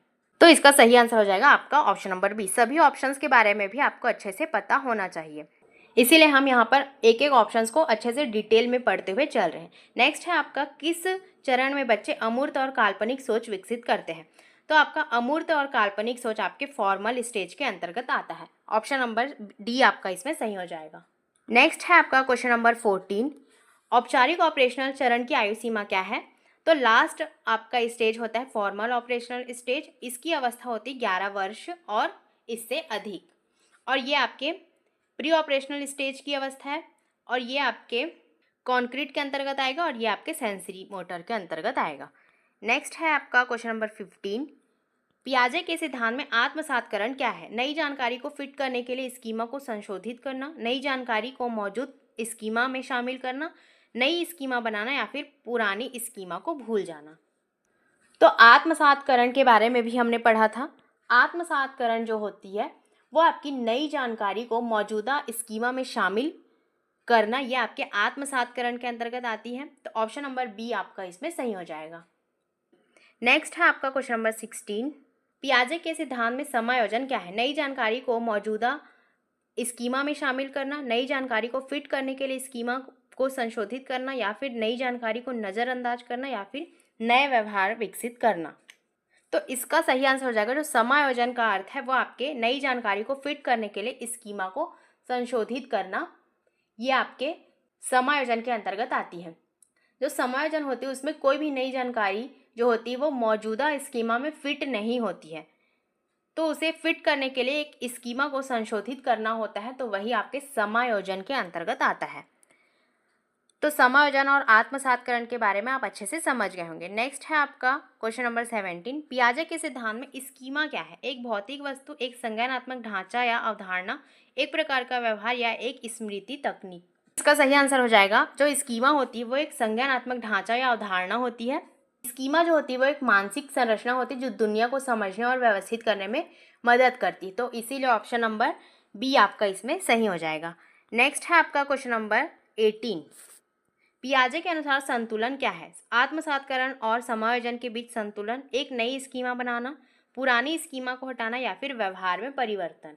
तो इसमें संतुलन के बारे में आपको पूछा गया है। तो संतुलन जो होता है वो आपके आत्मसातकरण और समायोजन के बीच जो संतुलन होती है वो इसमें इसका सही आंसर हो जाएगा। संतुलन जो होती है वह प्रक्रिया होती है जिसके द्वारा बच्चे आत्मसातकरण और समायोजन के बीच संतुलन बनाकर संज्ञानात्मक विकास करते हैं। तो ऑप्शन नंबर ए आपका इसमें सही हो जाएगा। नेक्स्ट क्वेश्चन है आपका question number 19। Pre operational stage में बच्चे किस प्रकार की सोच प्रदर्शित करते हैं? तार्किक सोच, प्रतीकात्मक सोच, अमूर्त सोच, या फिर वैज्ञानिक सोच। तो प्री ऑपरेशनल स्टेज में हमने पढ़ा था बच्चे सिंबल्स के माध्यम से अत्यधिक तरीके से सीखते हैं, तो इसीलिए ऑप्शन नंबर बी आपका इसमें सही हो जाएगा। वही जो लॉजिकल थिंकिंग है आपके कॉन्क्रीट स्टेज के अंतर्गत आएगा, अमूर्त सोच आपके फॉर्मल के अंतर्गत आएगा, और जो साइंटिफिक थिंकिंग है वो भी आपके फॉर्मल के अंतर्गत आएगा। नेक्स्ट है आपका क्वेश्चन नंबर 20। पियाजे के सिद्धांत में केंद्रण क्या है? सेंट्रेशन है वो क्या है ये आपको बताना है। कई दृष्टिकोणों को समझने की क्षमता, किसी स्थिति के एक पहलू पर ध्यान केंद्रित करना, अमूर्त तर्क की क्षमता, या फिर वस्तु स्थायित्व को समझना। तो जो सेंट्रेशन होता है वो किसी स्थिति में के एक पहलू पर ध्यान केंद्रित करना, वही आपका सेंट्रेशन कहलाता है। ऑप्शन नंबर बी आपका इसमें सही हो जाएगा। और ये आपके प्री ऑपरेशनल स्टेज की अवस्था होती है जिसमें बच्चा केवल एक ही चीज़ पर अपना ध्यान केंद्रित कर पाता है। नेक्स्ट है आपका question number 21। Concrete operational stage में बच्चा किसका प्रदर्शन करता है? आत्मकेंद्रित व्यवहार, प्रतिवर्ती सोच, अमूर्त तर्क, या फिर प्रतीकात्मक खेल। तो कॉन्क्रीट ऑपरेशनल स्टेज में बच्चा जो होता है वो रिवर्सिबल थिंकिंग के बारे में सोचने लगता है। ऑप्शन नंबर बी आपका इसमें सही हो जाएगा। नेक्स्ट है आपका क्वेश्चन नंबर 22। औपचारिक ऑपरेशनल स्टेज में बच्चे क्या करने में सक्षम होते हैं? केवल ठोस वस्तुओं के बारे में सोचना, काल्पनिक समस्याओं को हल करना, आत्मकेंद्रित व्यवहार प्रदर्शित करना, या फिर वस्तु स्थायित्व को समझना। तो औपचारिक ऑपरेशनल स्टेज में बच्चा क्या करने में सक्षम होता है ये आपको बताना है। इसका सही आंसर हो जाएगा वो अपने काल्पनिक समस्याओं को हल करने में सक्षम हो जाता है। ऑप्शन नंबर बी आपका सही हो जाएगा। नेक्स्ट है आपका क्वेश्चन नंबर 23। पियाजे के सिद्धांत के अनुसार बच्चे कैसे सीखते हैं? नकल के माध्यम से, पुरस्कार और सजा के माध्यम से, अनुभवों के साथ सक्रिय रूप से संलग्न होकर, या फिर केवल शिक्षण के माध्यम से। तो इसका सही आंसर हो जाएगा अनुभवों के साथ सक्रिय रूप से संलग्न होकर बच्चा सीखता है। तो ये आपके पियाजे के सिद्धांत के अनुसार आ जाएगा। ऑप्शन नंबर सी आपका इसमें सही हो जाएगा। हमने स्टार्टिंग में ही पढ़ा था सक्रिय रूप से जो बच्चा होता है वो सीखता है। नेक्स्ट क्वेश्चन है आपका क्वेश्चन नंबर 24। पियाजे के सिद्धांत में संगठन क्या है? नई जानकारी को नज़रअंदाज करना, स्कीमा को व्यवस्थित और समायोजित करना, व्यवहार में परिवर्तन, या फिर पुरानी स्कीमा को हटाना। तो जो संगठन होता है वो स्कीमा को व्यवस्थित और संयोजित करता है। ऑप्शन नंबर बी आपका इसमें सही हो जाएगा। और जो संगठन वह प्रक्रिया होती है जिसके द्वारा बच्चे अपनी स्कीमा को व्यवस्थित और संयोजित करते हैं, तो ये आपके संगठन के अंतर्गत आएगा। नेक्स्ट है आपका क्वेश्चन नंबर 25। प्री ऑपरेशनल चरण में बच्चे किन कार्यों में कठिनाई महसूस करते हैं? प्रतीकात्मक खेल, संरक्षण कार्य, अमूर्त तर्क या फिर वस्तु स्थायित्व। तो बच्चे किस कार्यों में कठिनाई महसूस करते हैं? तो ये आपका सही आंसर हो जाएगा संरक्षण कार्य, कंजर्वेशन टास्क में बच्चे कठिनाई महसूस करते हैं। लास्ट के 5 क्वेश्चन और बच गए हैं, तो लास्ट तक आप इसमें ज़रूर बने रहेंगे और ज़्यादा से ज़्यादा आप इसे शेयर कीजिए ताकि सभी को ये क्लास मिल सके। तो नेक्स्ट है आपका, पियाजे ने बच्चों के संज्ञानात्मक विकास का अध्ययन कैसे किया? प्रयोगशाला प्रयोगों के माध्यम से, बच्चों का अवलोकन और साक्षात्कार करके, प्रश्नावलियों के माध्यम से या फिर मस्तिष्क स्कैन के माध्यम से। तो इसका सही आंसर हो जाएगा बच्चों का अवलोकन और साक्षात्कार करके पियाजे ने बच्चों के संज्ञानात्मक विकास का अध्ययन किया था।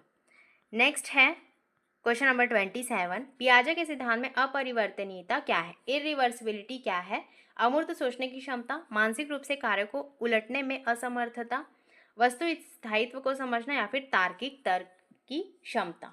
तो मानसिक रूप से कार्य को उलटने में जो असमर्थता होती है वो आपके इरिवर्सिबिलिटी के अंतर्गत आती है। तो ऑप्शन नंबर बी आपका इसमें सही हो जाएगा और ये आपके प्री ऑपरेशनल स्टेज के अंतर्गत आती है। नेक्स्ट है आपका क्वेश्चन नंबर 28, औपचारिक ऑपरेशनल चरण में बच्चे किस प्रकार की समस्याओं को हल कर सकते हैं? केवल ठोस समस्याएं, काल्पनिक और वैज्ञानिक समस्याएं, प्रतीकात्मक खेल से संबंधित समस्याएं या फिर संरक्षण से संबंधित समस्याएं। तो बच्चे अमूर्त रूप से और काल्पनिक और वैज्ञानिक समस्याओं के अंतर्गत जिस चरण में सोचते हैं वो आपके औपचारिक ऑपरेशनल चरण के अंतर्गत आता है। तो ऑप्शन नंबर बी आपका इसमें सही हो जाएगा। नेक्स्ट है आपका क्वेश्चन नंबर 29, पियाजे के सिद्धांत के अनुसार संज्ञानात्मक विकास में क्या महत्वपूर्ण है? सामाजिक बातचीत, सक्रिय अन्वेषण, औपचारिक शिक्षा या फिर आनुवांशिक कारक। तो पियाजे के सिद्धांत के अनुसार विकास में सबसे महत्वपूर्ण जो होता है वो होता है सक्रिय अन्वेषण, एक्टिव एक्सप्लोरेशन जो होता है वो इसमें बिल्कुल सही हो जाएगा और ये आपके संज्ञानात्मक विकास के लिए बहुत ही महत्वपूर्ण है। अब आज का हमारा लास्ट क्वेश्चन आप इसमें देख सकते हैं, क्वेश्चन नंबर 30, पियाजे के सिद्धांत की आलोचना का एक कारण क्या है? यह बहुत जटिल है, यह सामाजिक कारकों को कम आंकता है, यह बहुत सामान्य या फिर यह केवल वयस्कों पर लागू होता है। तो इसका जो सही आंसर हो जाएगा वो हो जाएगा यह सामाजिक कारकों को कम आंकता है। ऑप्शन नंबर बी आपका इसमें सही हो जाएगा। तो ज़्यादा से ज़्यादा आप इसे शेयर कीजिए और अगर आपको वीडियो पसंद आए तो लाइक कमेंट ज़रूर कीजिए और जिन्होंने भी चैनल को सब्सक्राइब नहीं किया वो चैनल को सब्सक्राइब कर लीजिए क्योंकि यहाँ आपको बिल्कुल फ्री क्लासेस प्रोवाइड की जा रही है। तो ज़्यादा से ज़्यादा आप इसे शेयर कीजिए ताकि सभी को ये क्लास मिल सके। तो चलिए मिलते हैं ऐसे ही नेक्स्ट क्लास में, तब तक के लिए thank you and take care.